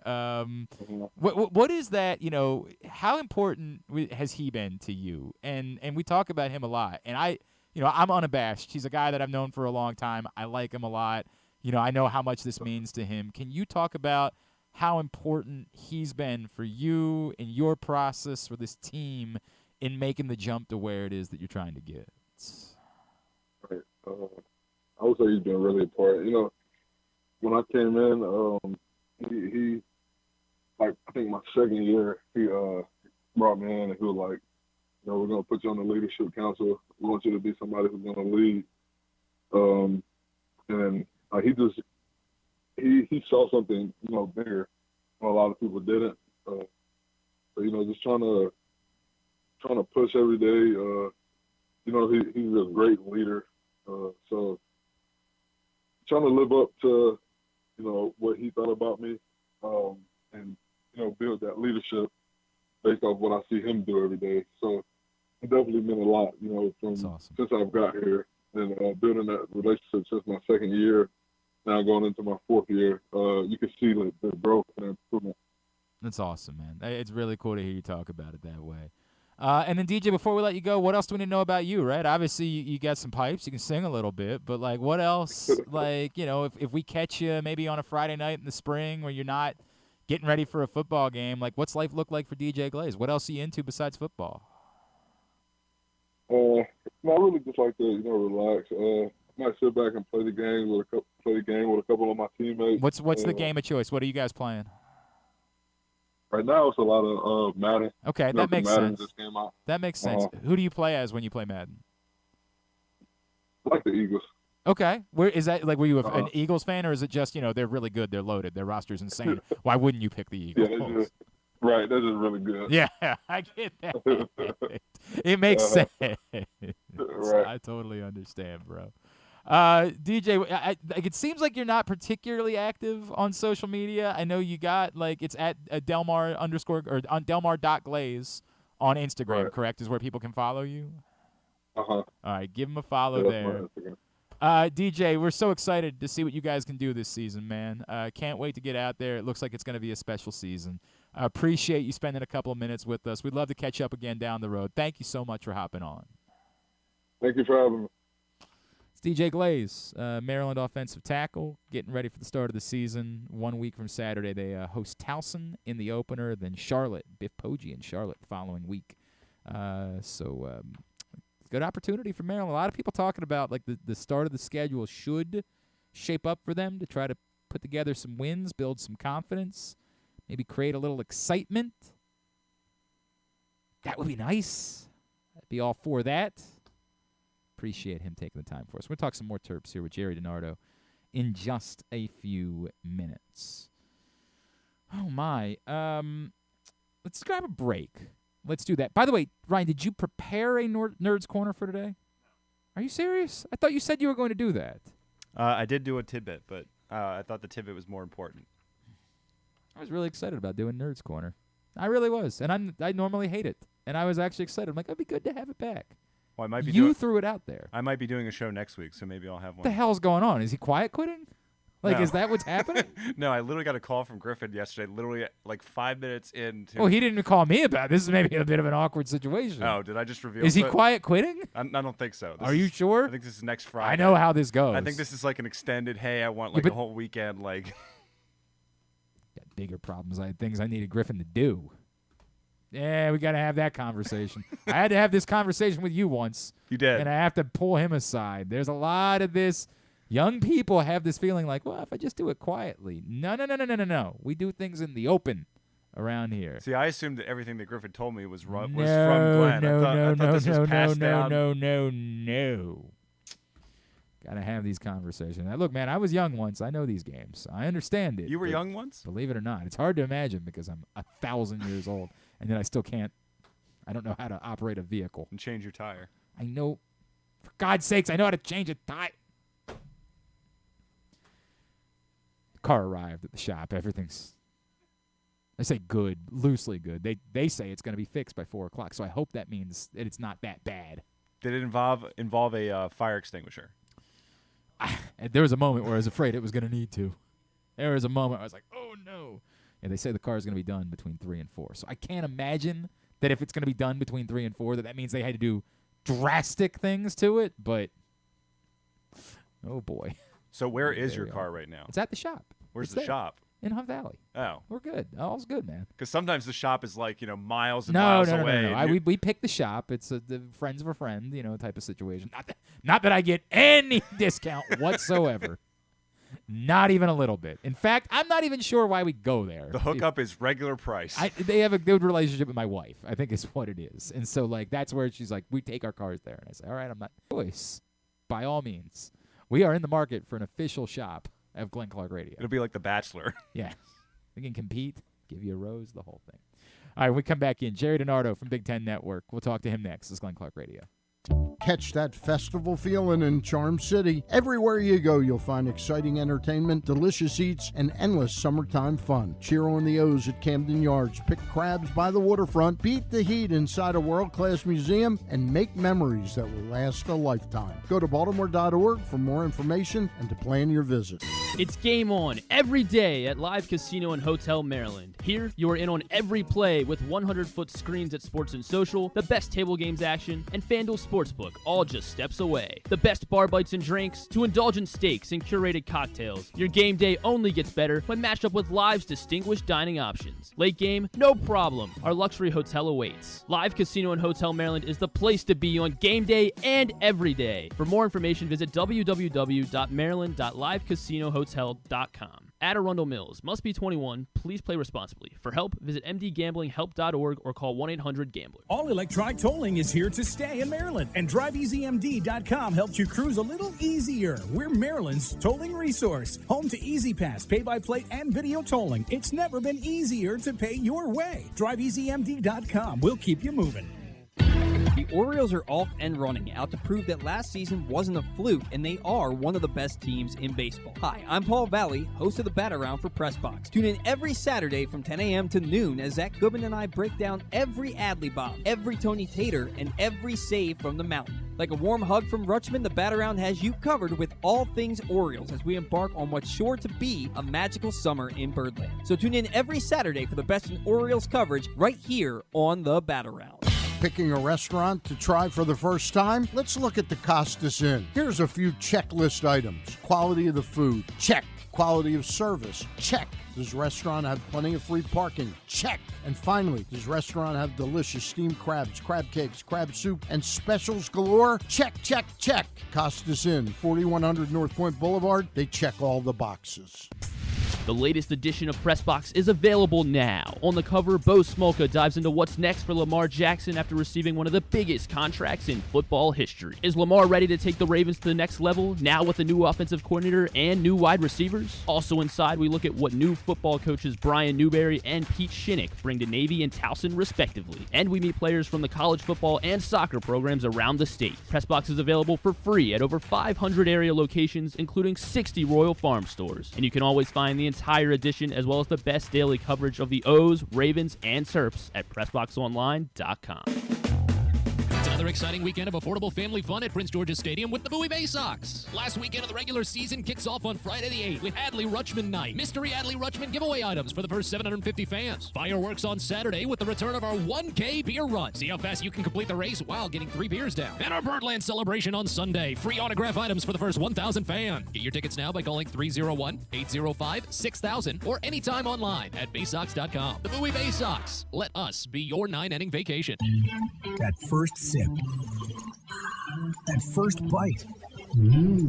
Start your day off right with a delicious breakfast at Royal Farms. Choose from a fantastic selection of fresh Royal Farms breakfast sandwiches and top it off with a rich hot cup of the freshest coffee in the world. At Royal Farms, breakfast is available day and night. It's the freshest breakfast in the world. Real fresh, real fast. Royal Farms. If you need more of Glenn, you can also hear him every Sunday with Rita on 105.7 The Fan. But also, if you need more of Glenn, what's wrong with you? All right, back in here on GCR. Don't forget, when you sign up with Superbook and use the code GlennClark23, that's GLENNCLARK23, the number's 23, you will get a first bet match up to $250, win or lose. So you make a $250 bet on something, you win it, you get a bunch of money, and you get $250 worth of free bets. You lose, all good. You still get those $250 worth of free bets. It's up to $250, so whatever your first bet is, it'll be matched. GlennClark23 is the code, superbook.com, or download the Superbook app. Let's talk a little more Maryland football. We just had DJ Glaze on the program. Our next guest, of course, been wandering around the Big Ten these last couple of weeks, getting to talk to everybody. He is former coach, Big 10 Network analyst. Coach Gerry DiNardo is with us once again here on GCR. Coach, it's Glenn in Baltimore. It's always great to catch up. Thank you for taking a couple of minutes for us. Yeah, thanks for having me, Glenn. Appreciate it. We were talking to Mike Locklsey a couple weeks ago. I know he's been saying the same thing to everybody else that he said to us. It's a big deal for him. He's using the word championship. Now, someone might say, hey, anybody can do that, right? That doesn't mean anything. But I understand why he has not wanted to use those words and why he's told his guys not to use those words. Is now the right time for him to be talking like that, or is that still way too aggressive for a program that hasn't proved that it can sustain competitive levels against the top teams in the conference? Glenn, I just think it's a matter of style. I mean, if you're a coach, you can't say, well, we don't want to win championships, we want to have a good season. So everybody wants to win a championship. The East is stronger than it's ever been since we have been East and West, because Penn State has caught up to Michigan and Ohio State. So if Maryland is 4, they have to play head-to-head maybe top 5 teams in the country. So schedule, although after that their schedule is good. They've got a good fair crossover. They've got a good non-conference thing. So, I think we can get hung up on those things. If Mike wants to talk championships, that's obviously what you want to do. He'll have a better chance, most likely, to win a championship when we go away from the division. Yeah. Because it's hard to build a program in the present East and West. I love leaders and legends. I wish they would have kept it. Everybody had a chance to be upward mobile. There was 2 balanced divisions. The coaches in the East, they're all very happy that the East is being broken up. Right. Although with the addition of the Pac-12 teams, maybe it won't get any easier. Well, yeah, it's going to be bizarre more than it's going to be anything else in the coming years. Coach, what is the path? Like, in what world could Maryland take another step forward? And beyond just, winning another game, but actually become a threat? Can it be done? Do they have enough, or is it simply a mathematical equation of they just don't have the horses that these other programs have? There's no way to overcome that. Okay, so here's obviously how I see it. If you look at the conference, okay, and you rank the teams 1 through 18 next year, okay, and you say if they're all maximizing their resources, what's the best job, what's the worst job, and what's 2 through 17? And then you plug Maryland in, okay? Your answer, Glenn, may be different than my answer, but it's not going to be in the top 4. It's not going to be Michigan, Ohio State, Penn State, USC, Washington, whoever you want to put ahead of them, right? So that's what you have to do first. So now you know the challenge. So now, Can I recruit a Heisman Trophy candidate? Can I build a defense that's been is better than any other Maryland defense than they've had? Can I not turn? I mean, everything has to go. Not only that, so you control that 50%, Glenn. The other guy's got to be screwing it up, right? I mean, Michigan can't be maximizing their resources. Ohio State can't be maximizing their resources, because if they are, if you're maximizing your resources at Maryland, you're not going to catch them. So you need the people above you to falter a little bit, and you got to be one hell of a coach, maximizing your resources, playing with a great quarterback, and winning the turnover battle. So what's a reasonable goal for this year, Coach? Like I think a lot of people have said, look at the schedule. There's a path to 9 wins on that schedule, right? Like, it's not overwhelmingly daunting. Is that the most reasonable and yet legitimate goal that Maryland football could have? Yeah, unfortunately, and I've been in this situation, it's not linear. Just because you won 7 games or 8 games, you win 9 or 10 the next year. They've got to rebuild their offensive line. One guy's coming back. I worry about Leah. He's a great athlete, and I worry about a young offensive line not protecting him breaking the pocket, putting himself in harm's way, trying to make a play, throwing it late across the middle. So I worry about that, because he's going to want to make a play. So the offensive line has to come along. The defense, I mean, this is all fundamentals, right? The defense has to stop from giving up as many big plays as they did. So So I don't have the schedule in front of me. I know it's favorable. I would say a fair goal, and a coach will never say this. I think this stays in the corner office all by himself or herself, that these are the matchup opponents. It's my job to make sure we win the matchups, and I need to get 1 or 2 upsets. So look at the schedule, look at the matchups, look at what they're better than the people they play. Make sure you win all those games, and how about an upset here? How about an upset there? I think that's where it starts. You can't look at the best teams on your roster, on your schedule yet.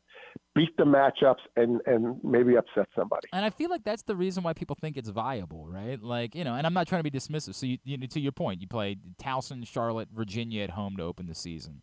Then you're at Michigan State, right? Then you're at Michigan State and Indiana at home. So 4-5. You feel like there's a legitimate chance there to be 5-0 going into the Ohio State game, right? Like, okay, come on. You're on the road at Ohio State. There's nothing reasonable about that conversation. But then you're home. Then you're home against Illinois and at Northwestern. And take both of them. Yep. Right? Good. Like you start saying to yourself, okay, well, there's a real chance to be 7-1. Then you got Penn State at home. That's where you start getting into the conversation of, like, at some point, can you figure out a way to do it? But I'm even willing to say at this point, it's still probably unreasonable, right? Like, it's still probably. Well, yeah, but there's a little bit of a rivalry there. Emotions will be high. Recruiting emotions translate into the staff room, translate into practice, translate into the games. So that's reasonable. So, I mean, they're not going to be favored there. No, not a chance. But if it's reasonable, if that's the make or break, right? So I'll say that's a swing because we're talking about 7-1 versus 8-1 versus 7-2 there. Then it's at Nebraska, home against Michigan, at Rutgers. And neither one of those road games is daunting. Like, I get the who knows what to make of the Matt Rule era now at Nebraska, and maybe he can get things turned around. But at the moment, they're not daunting. Like, and again, when you start doing this math, you say, like, man, there's a real chance of 9 wins. Like, there is. Now, again, it still seems lofty. Like, this is still Maryland football we're talking about. But, like, the schedule is just not so overwhelming that you can't look at it and say, even if you don't do the most ridiculous things on your schedule, you could still see 9 wins. And to your point, if you could steal one of those big games, you could have a really special season. Yeah, I think I'm trying to remember. I think their schedule is ranked 13th most difficult, which means it's one from the bottom. I can't remember. The problem with what you and I are saying, Glenn, is the same people that we're counting. Yep. Those people are counting Maryland. 100%. 100%. And the most fun I ever had in coaching was, like at Vanderbilt when you played a matchup opponent, or LSU when you played a matchup opponent, or Indiana. I mean, because you wake up in the morning, you look in the mirror, and you finally have all the control. Right. I mean, if you don't do it, it is your fault. Yeah. Nobody else's. Yeah. And that is so cool. And when you win a matchup game, I don't mean talented. I mean some of the games you and I are talking about. Man, it's the highest high you could ever have. Oh, God! For Maryland to actually be able to win all those games, control those things. Oh, what a world it would be. We would be very excited about that here. God, that would be very exciting. You got me fired up, Glenn. Coach, it really is the type of thing where, I want to be this, and then I have to step back and say, right, but it's Maryland football. Settle down. Calm down. This is what we're talking about. But, if they can, to your point, if they can keep Leah healthy, right, then they have a chance. Yeah. We were talking to DJ If Glaze. Leah can keep Leah healthy. Correct. Leah has to keep Leah healthy. Leah he has to understand an incomplete pass isn't the end of the world. Yeah. A sack is worse than an incomplete pass, but it's still not the end of the world. You can see it from there, but it's not the end of the world. So if you have to take a sack, if you have to throw an incomplete pass, it's okay. It's okay. You got a young offensive line. Give them time to develop. The other thing that was infuriating a year ago was the penalties. I mean, DJ Glaze just brought it up. They were one of the most penalized teams in the country, and I'm an unabashed Mike Locklsey guy. And so, I'm willing to say, hey, if they're winning games despite the penalties, I'll live with the penalties. But, imagine if that's the next step that they could take as a program, is just cleaning up being one of the most penalized teams in the entire country from a year ago. That would go a long way into getting me to believe that there could be a next step for them to take as a program. And, Glenn, when would the penalties make a difference? In all the games you and I counted. Yep. 100%. Because the margin of error is small. Against the three of the best teams in the country, it may not make a difference, although it could. But as you and I speak, it is 100% sure that who has less penalties in those matchup games gets a little bit of an edge. Completely agreed. And it is, to me, a massive – the Purdue game from a year ago stands out significantly. You clean up some of the penalties. You had no business losing at home to Purdue a year ago. But they did, and if you can clean that up, that could be the difference in a year like this. What did Locks call it? Terp-on-terp violence? Yep, terp-on-terp crime. Yeah, 100%. Yep, 100%. Yeah. No reason to be committing it. No reason for that to be happening. Coach. I love Locks. And I really do too. I hate this because I like him personally so much, and it makes it difficult because I'm supposed to have a job where I'm capable of.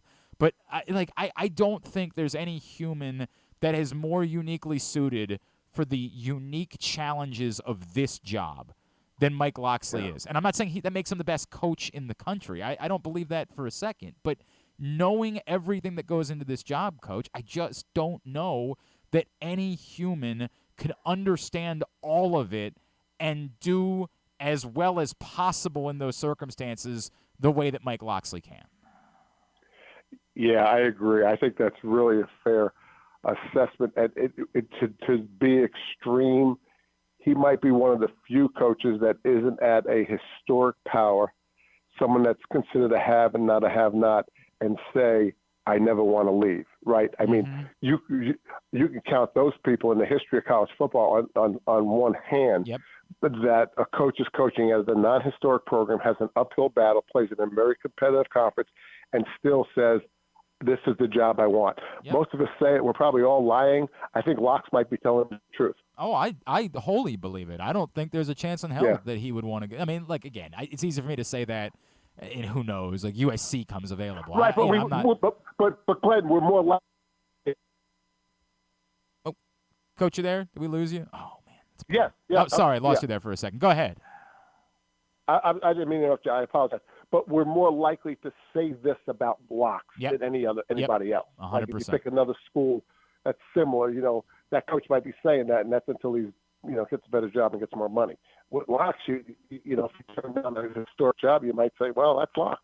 All right, who else is interesting this season, Coach? Tell me the team that we are not – obviously we're paying attention to Ohio State, and, of course, we're paying attention to Michigan and Penn State. Tell me the other team in the conference that we in Baltimore don't think about, aren't talking about, but they're going to be exciting, they're going to be fun to watch, and they're going to be in the mix.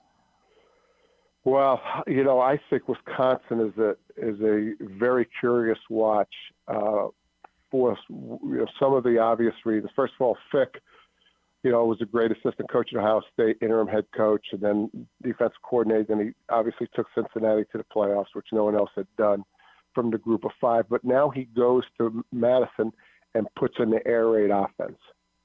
And so from a technical standpoint, what's that? Is that going to work? That's a drastic change in offense. And so I think that's a great X and O story. The obvious, can Jim Harbaugh win 3 in a row? Yeah. I mean, I can't believe what he's done the last 2 years. I never thought this was going to work. Ryan Day, okay, his job is to never lose another game for as long as they play it. Yeah. I mean, it's crazy the pressure no doubt he is under. And if you look at them, Penn State and Michigan, I've been saying they all could lose one game apiece to each other. And so this is a guy who's won 95% of his games, but if you don't beat Michigan, I mean, he is under tremendous pressure. So this is a young coach, and we've all been through this. This is a young coach that used to be the offensive coordinator. He was the play caller, and now he might not be the play caller because he has a problem on defense he's got to solve, or he's got a problem in recruiting that he has to solve. And so the other thing about this Ryan Day situation, and I mean, I'm pulling like heck for him, but you could count on one hand how many coaches have taken over historic programs and made it. Bob Davie at Notre Dame, as a first-time head coach. Lloyd Carr might be the only one. I was at Indiana when Mike Davis took over for Bob Knight, first head coaching job. So try to think of someone who has become a first-time head coach at a historic, giant program and made it. Because most of us make mistakes at other places. It's fair. We make mistakes. We make mistakes in the background. You make a mistake at Vanderbilt. There's a small group that care. Right. Right. But you know, if you're a first-time head coach at Alabama, at Ohio State, Marcus Freeman is under the same pressure. Yeah. Because you don't get to live through a lot of mistakes at those places. For a minute, it looked like they weren't going to give Marcus Freeman a whole season last year. For a minute, it looked like they were going to have the pitchforks out halfway through the year. Yeah, so some of those are the storylines. Bielema does a great job at Illinois. I mean, I could go on about each school. I mean, I could give you a great storyline in each school. But I think Wisconsin's interesting. I think Ryan Day's interesting. Harbaugh, can he maintain this? Look at the job James Franklin's done. I mean, we started going to Penn State. Think about this guy when Joe Paterno was coaching. That's how long ago the network started. They never had a really good offensive line. Then Bill O'Brien comes in. He tries to build an offensive line in 2 years and goes to Houston. It's taken James like 10 years to build an offensive line as good as there is in the conference. And it was a steady climb. And so now Penn State's there, I believe. That's a bummer for us. We would prefer if that weren't the case. Coach, always appreciate you. Really enjoy these conversations. I have no doubt, especially if Maryland gets off to the start that we think they might be capable of, that we'll have some exciting things to talk about as the season goes along. Thanks for hopping on this morning, spending the time with us. Yeah, thanks for having me, Glenn. I appreciate it. Thank you. Coach Gerry DiNardo, Big Ten Network, with us here on GCR. He's great. Always enjoy him. And, trying to get excited, fired up. College football gets underway this weekend. Of course, Navy, Notre Dame. We will make our first picks of the season tomorrow. Nick Kelly got in to the picks crew as well. We're going to have 10 spot. We're not going to have time to go over all these picks during the course. What's our Stetka update? No, Stecka's in. He doesn't have a choice. This is not Stecka doesn't get the bail now. If Stecka either wins, like the league, or loses one more time, then maybe we'll revisit it afterwards. Okay. But he doesn't get the bail now. Okay. Now is not the time for him to bail. I need him to win. I need him to have his WrestleMania moment before I'm willing to allow him to get out. Fair. So I would say either if he wins or if it's like down to him and somebody else at the end of the year and he narrowly avoids being the loser. What you're saying is me. Whoever it is, I don't care if it's you, if it's me, whoever it is. If like going into the Super Bowl, he's tied and avoids it, I would call that his WrestleMania moment. I would call that his championship if it was dramatic and he didn't end up being the loser. At this point, we should probably call it victorious if he's not the loser by 15 games because it's been bad. It's been bad. Like when he's lost, he's lost. But I'm not letting him out yet. Not yet. We got a group of 10, which is, I think it's 10, 9 or 10, whatever it is. It's overwhelming. Double digits. Way too much for me to manage. I'm going to have to push it off to somebody else. That might be yours. You might get to manage that at some point. Thanks. Yeah, congratulations.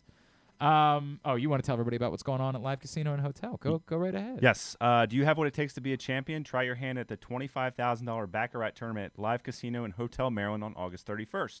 Compete for your chance to be one of 6 players to take home a share of $25,000 with a guaranteed prize of $8,888 in cash. With a buy-in of just $50, this is an opportunity you don't want to miss. For more information, go to maryland.livecasinohotel.com/promotions.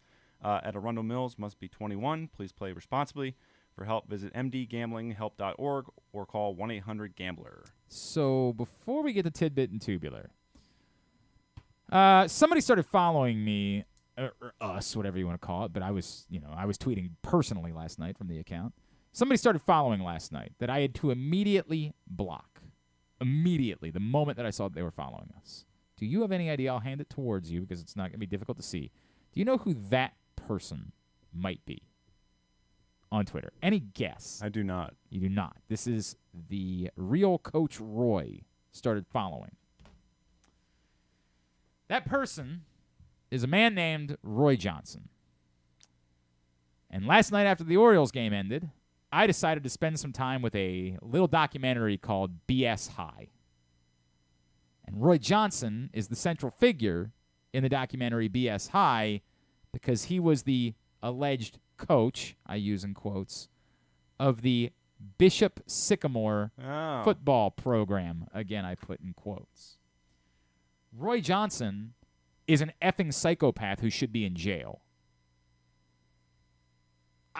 I'm going to feel differently about it when I find out that like he got paid for his participation, and if it's scale, I maybe will understand that, but like if it's anything more than that, then it's going to be shameful. Because as empty as the Florida doc, and as disappointing as the Florida doc was, and it's, again, I think the worst moment in sports documentary filmmaking in history, because there could not have been more to work with. There was a ton of excitement. They played into that by making it a 4-part documentary, and then they said, ha, LOL, we're not doing anything. There's no point to this. I was shocked. I was at work yesterday, and people were talking about that Florida documentary, how much they loved it. I was they did not watch the same documentary. No, they're just a lot of people, I believe, and I'm going to call out some by name at some point. I think a lot of people started tweeting about it that hadn't watched it because they just wanted to be involved in the conversation. Right. Everyone that watched it knows it sucks. It's not just that it's disappointing; it's horrible. On the flip side, what HBO's doc, BS High, did was shine further light about how truly reprehensible all of this was. Every time you thought you had a hold on how fraudulent this whole thing was, there was another layer to it. And what makes it worse is that this guy is just a sociopath. There's no attrition in any way. There is no he's beyond a con man.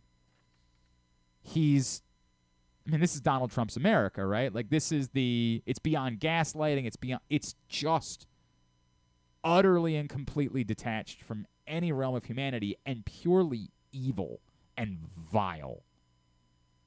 And the things that he did should be criminal.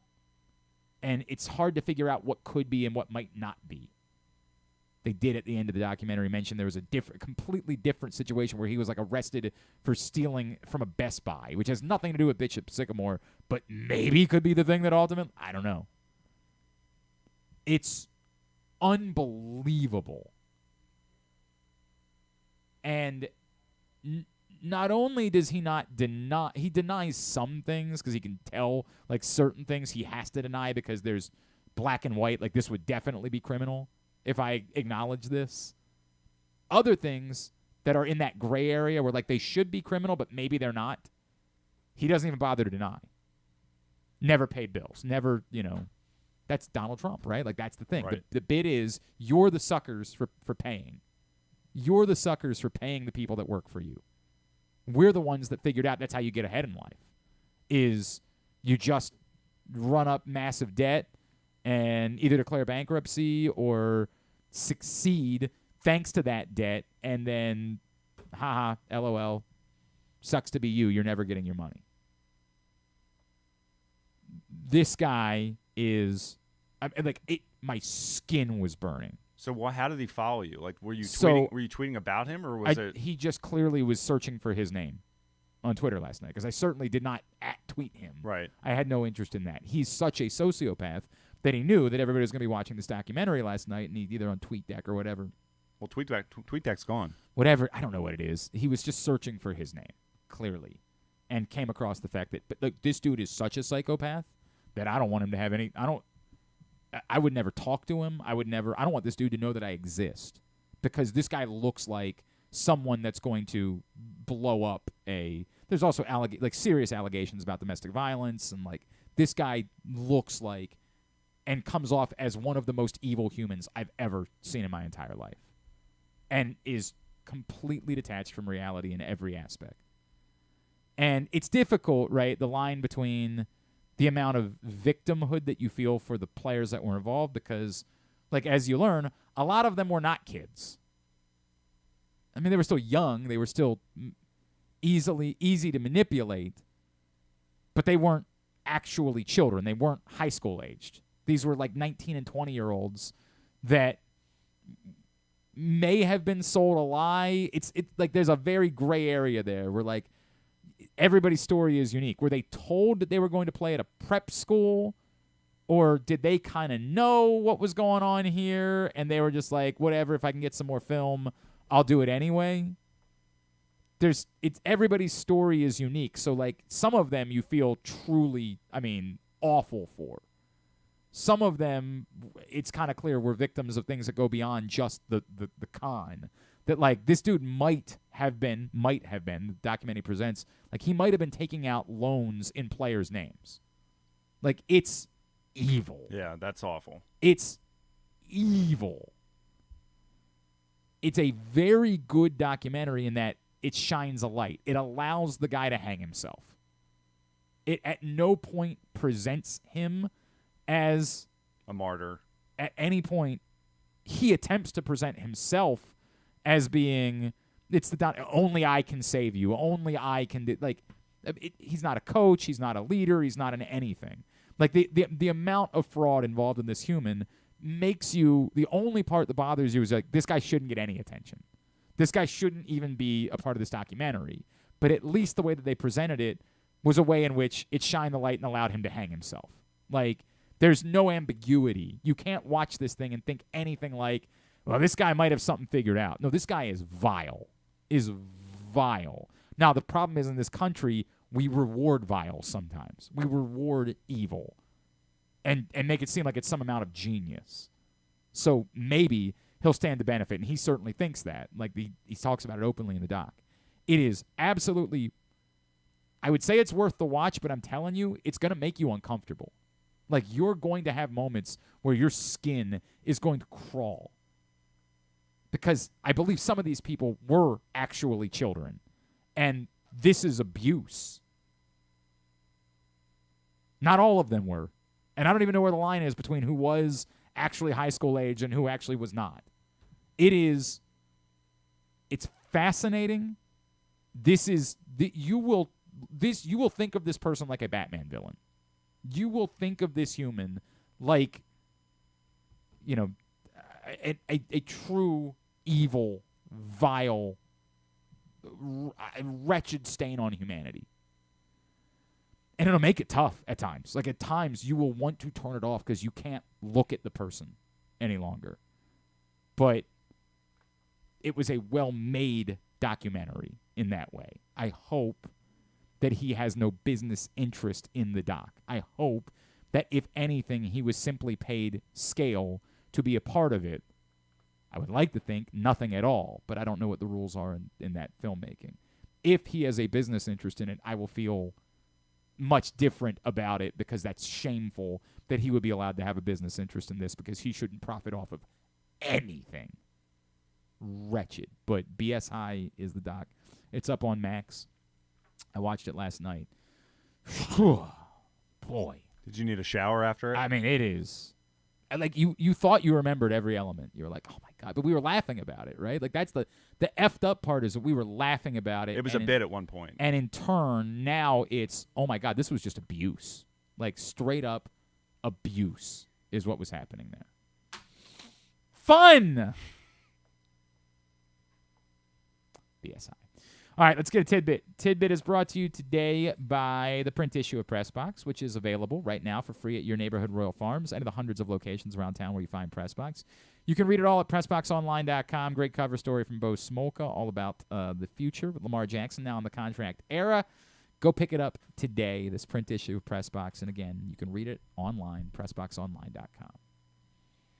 Okay, so in our conversation yesterday about Brandon Hyde talking about potentially needing Felix Bautista the next day, and you kind of taking Brandon Hyde to task, saying that you might not need Felix Bautista the next day. You might, win a game 10-1. You might get blown out 10-1. I did look at Felix Bautista's appearances this year where he threw less than 15 pitches, which was 20 appearances.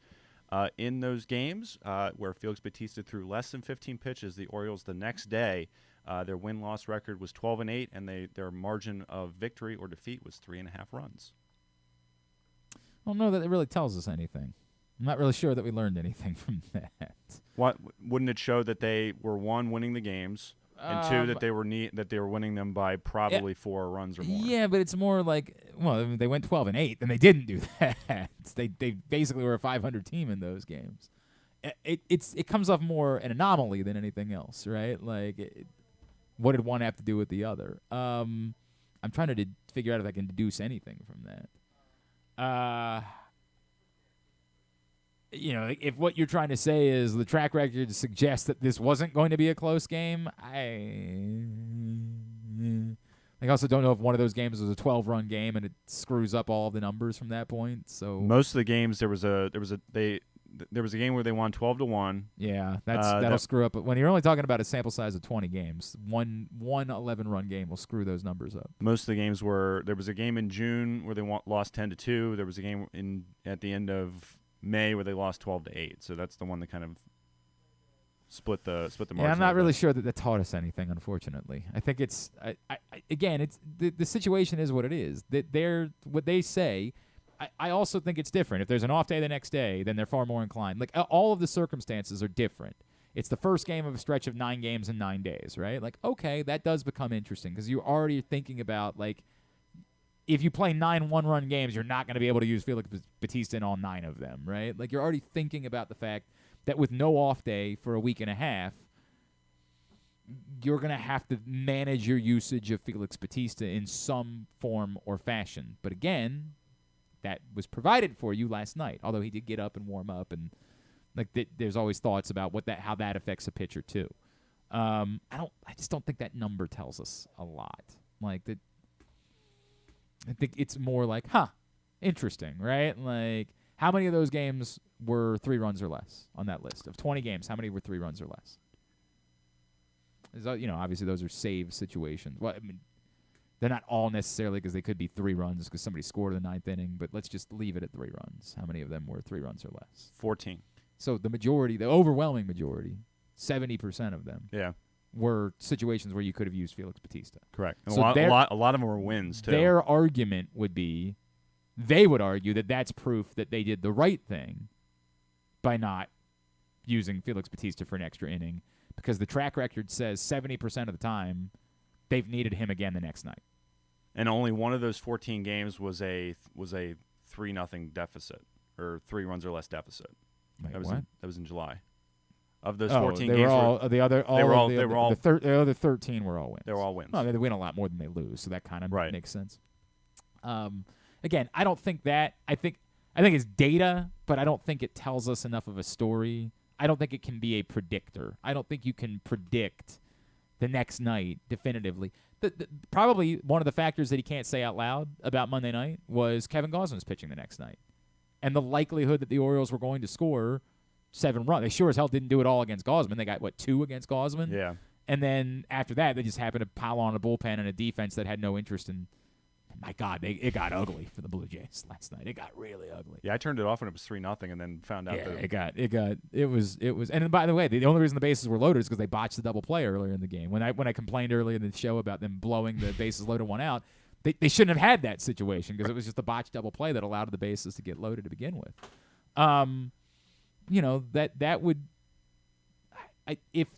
it's fascinating. I think that part of the thought process is we are up against Kevin Gausman, and the likelihood of us having a big lead in a game like that is slim.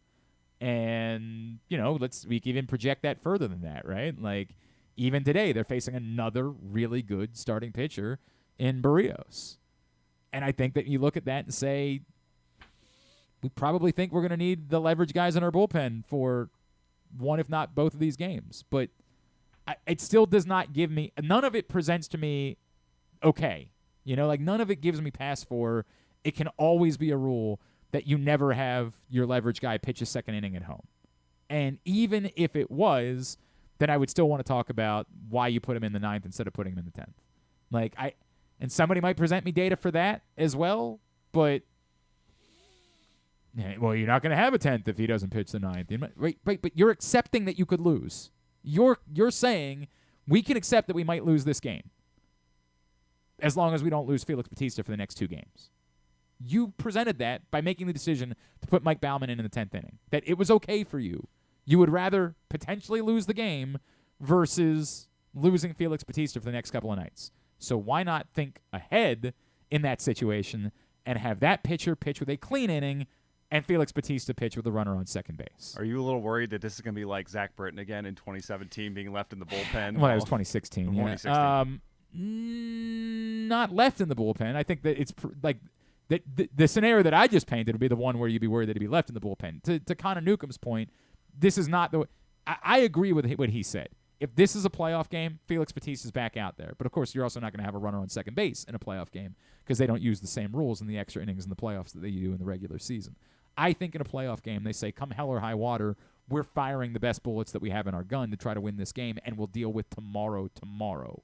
And, again, they're also hoping that Tyler Wells and John Means can help out in whatever form or fashion in solving the innings problem that they have, and then somebody else can be used out of the bullpen in that situation. But it's more the concept. The concept is the part that I'm struggling with. In football, I'll make a comparison, right? Because everybody kept saying, is this like an analytics thing? I'm like, I don't think it's an analytic thing. I think it's just an emotion about home versus away. In football, I remember the first time someone pitched me the concept of when you're down by 14 in the fourth quarter and you score a touchdown, you're supposed to go for 2. And I was like, what? Like, what? How does that make sense? But then you did the simple math of it, and you understood it, and you accepted why it's now the held belief. The belief is 2-point conversions are 50-50. So if you get the first one, score another touchdown, then you win. You don't have to go to overtime. If you don't get the first one, the likelihood is that you're getting the second one because the percentages on 2-point conversions are 50-50. So the math says if everything holds, you'll either set yourself up to have a better chance to win, or worst case scenario, you'll be in the same spot that you were in. Now, we know that's not actually the worst case scenario. The thing about 50-50 is it's not a guarantee. You might fail twice on 2-point conversions, and then you'll feel like a big dummy. But the math suggests that it's likely. So you can accept it. Like, because of the math, you can say, I get it. I understand why that's the rule. I understand why you go for 2 down 14. I get why that has become the commonly held belief. Not everyone does it, but it's within the analytical community, certainly what the Ravens subscribe to. If you're down 14 late, you score a touchdown, you're going for 2. Similarly, the Ravens did the thing when they're down by 15. They scored a touchdown, and the first time, you're supposed to go for 2. Why is that? Because now you have more time, if you fail, to try to make up for it. Whereas if you're down by 15, you score a touchdown, you kick the extra point, you get back within 8, you say, well, we're only down by 1 score, we only need 1 score, and then you score with 30 seconds left and you fail on the 2-point conversion, there's no time now for you to try to make up for it. You have worked around the assumption that it's a 1-score game and you don't have to do drastic things. You don't maybe have to kick an onside kick. And now you're screwed because you got to the end of the game and you don't have any time to make up for it. And you're definitely not getting the onside kick. Yeah, almost certainly at that point when they know it's coming. I get it, that too. I can understand the math of it. You need to know exactly, and you're not more likely to convert the 2-point conversion at the end of the game than you are with 6 minutes left. So with 6 minutes left, you want to figure out exactly where you are. Are you going to be down by 7? Are you going to be down by 1 score or by 2 scores? That way, you can sell out. You can make whatever decisions you have to make. You know you need to get chunk yards. You don't have the time to put a drive together. Whatever it is, you've got to know that with as much time as you possibly can. All of those things I can accept and understand. The math works. This commonly held practice, a reliever doesn't stay out for 2 innings on the road or at home, only on the road.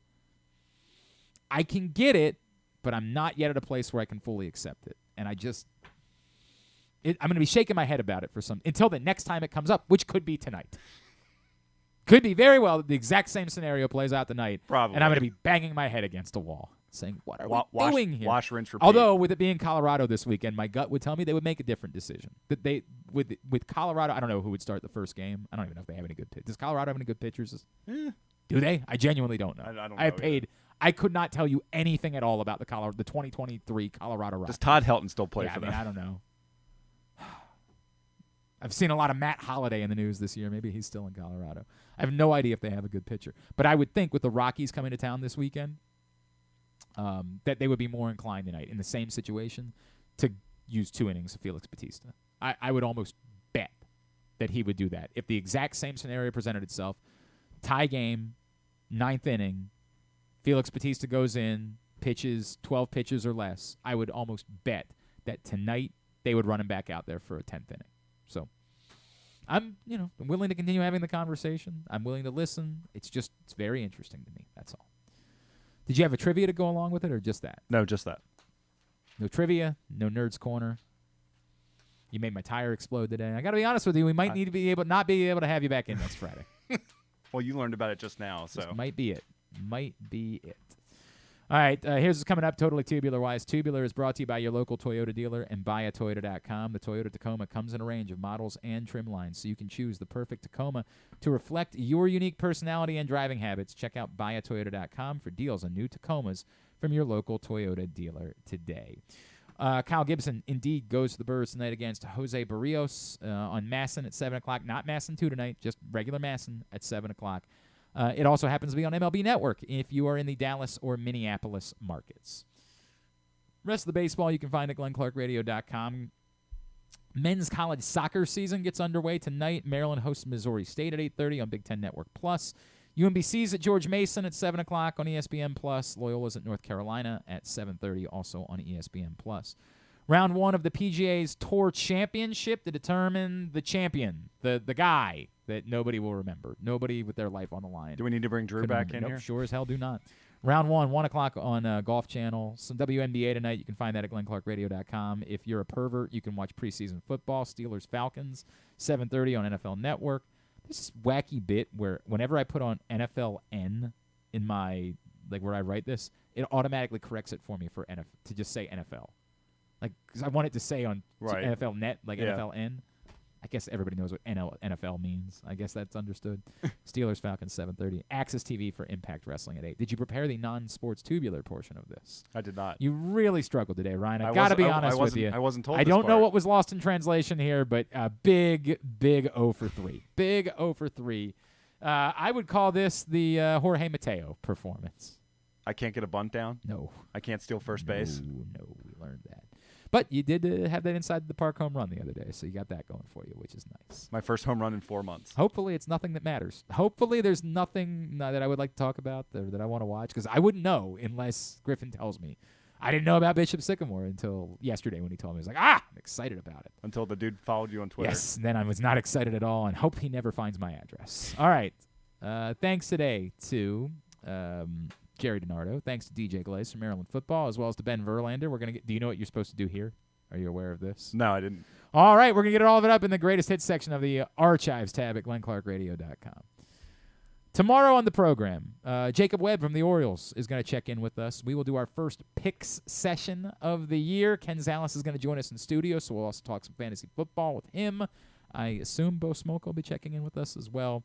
All that on a Friday edition of the show. Do I have to be present for the pick segment? No, he will send you the picks tonight, the games, and you will just email him back what your picks are. Okay. But you have to get them back by the time the show starts, or else you don't get to wait and find out what everybody else picked and then make your picks. If you don't get it back by the time we pick, you get an offer. That's the way that it goes. Well, what if I need to build up in the win total to what? What if I'm what if I'm sandbag below everybody and I need to make other picks to make? Nope, not the way it works. You don't. Well, that's not fair. No, that's everybody gets to make the picks at the same time. Everybody gets to make their picks. Nobody gets an advantage. That's the way that it works. What I would encourage you to do is they're not made at the same time. They're just revealed at the same time. Well, but nobody knows. You don't know what anybody else's picks are. Oh. That's the point. You have no clue. I do need to start having Griffin send his to somebody else because he's the one person that knows what everybody else's picks are. All right, so this year we'll have Griffin send his picks to somebody else as well. Did it need to be in an envelope? No, we're not going to go that far. But first picks tomorrow. All right, thanks to everybody at PressBox, all of our great sponsors and partners, including Visit Baltimore, Live Casino and Hotel Maryland, the Maryland 5-Star, Glory Days Grill, Dorchester County, the Bowie Bay Sox, Royal Farms, Costas Inn, Superbook Sports, the Baltimore Orioles, Birdland Sports, Easy Pass MD, Washington County, the Maryland Cycling Classic, your local Toyota dealer, buyatoyota.com. Thanks to Ryan at RecSpecsRyan on Twitter is how you follow him, and maybe you'll be seeing him again, apparently. Thanks to Griffin at Griffin_Bass. Follow us, Twitter, Instagram, and TikTok at Glenn Clark Radio. Have a great Thursday evening. Go Birds. Duke sucks.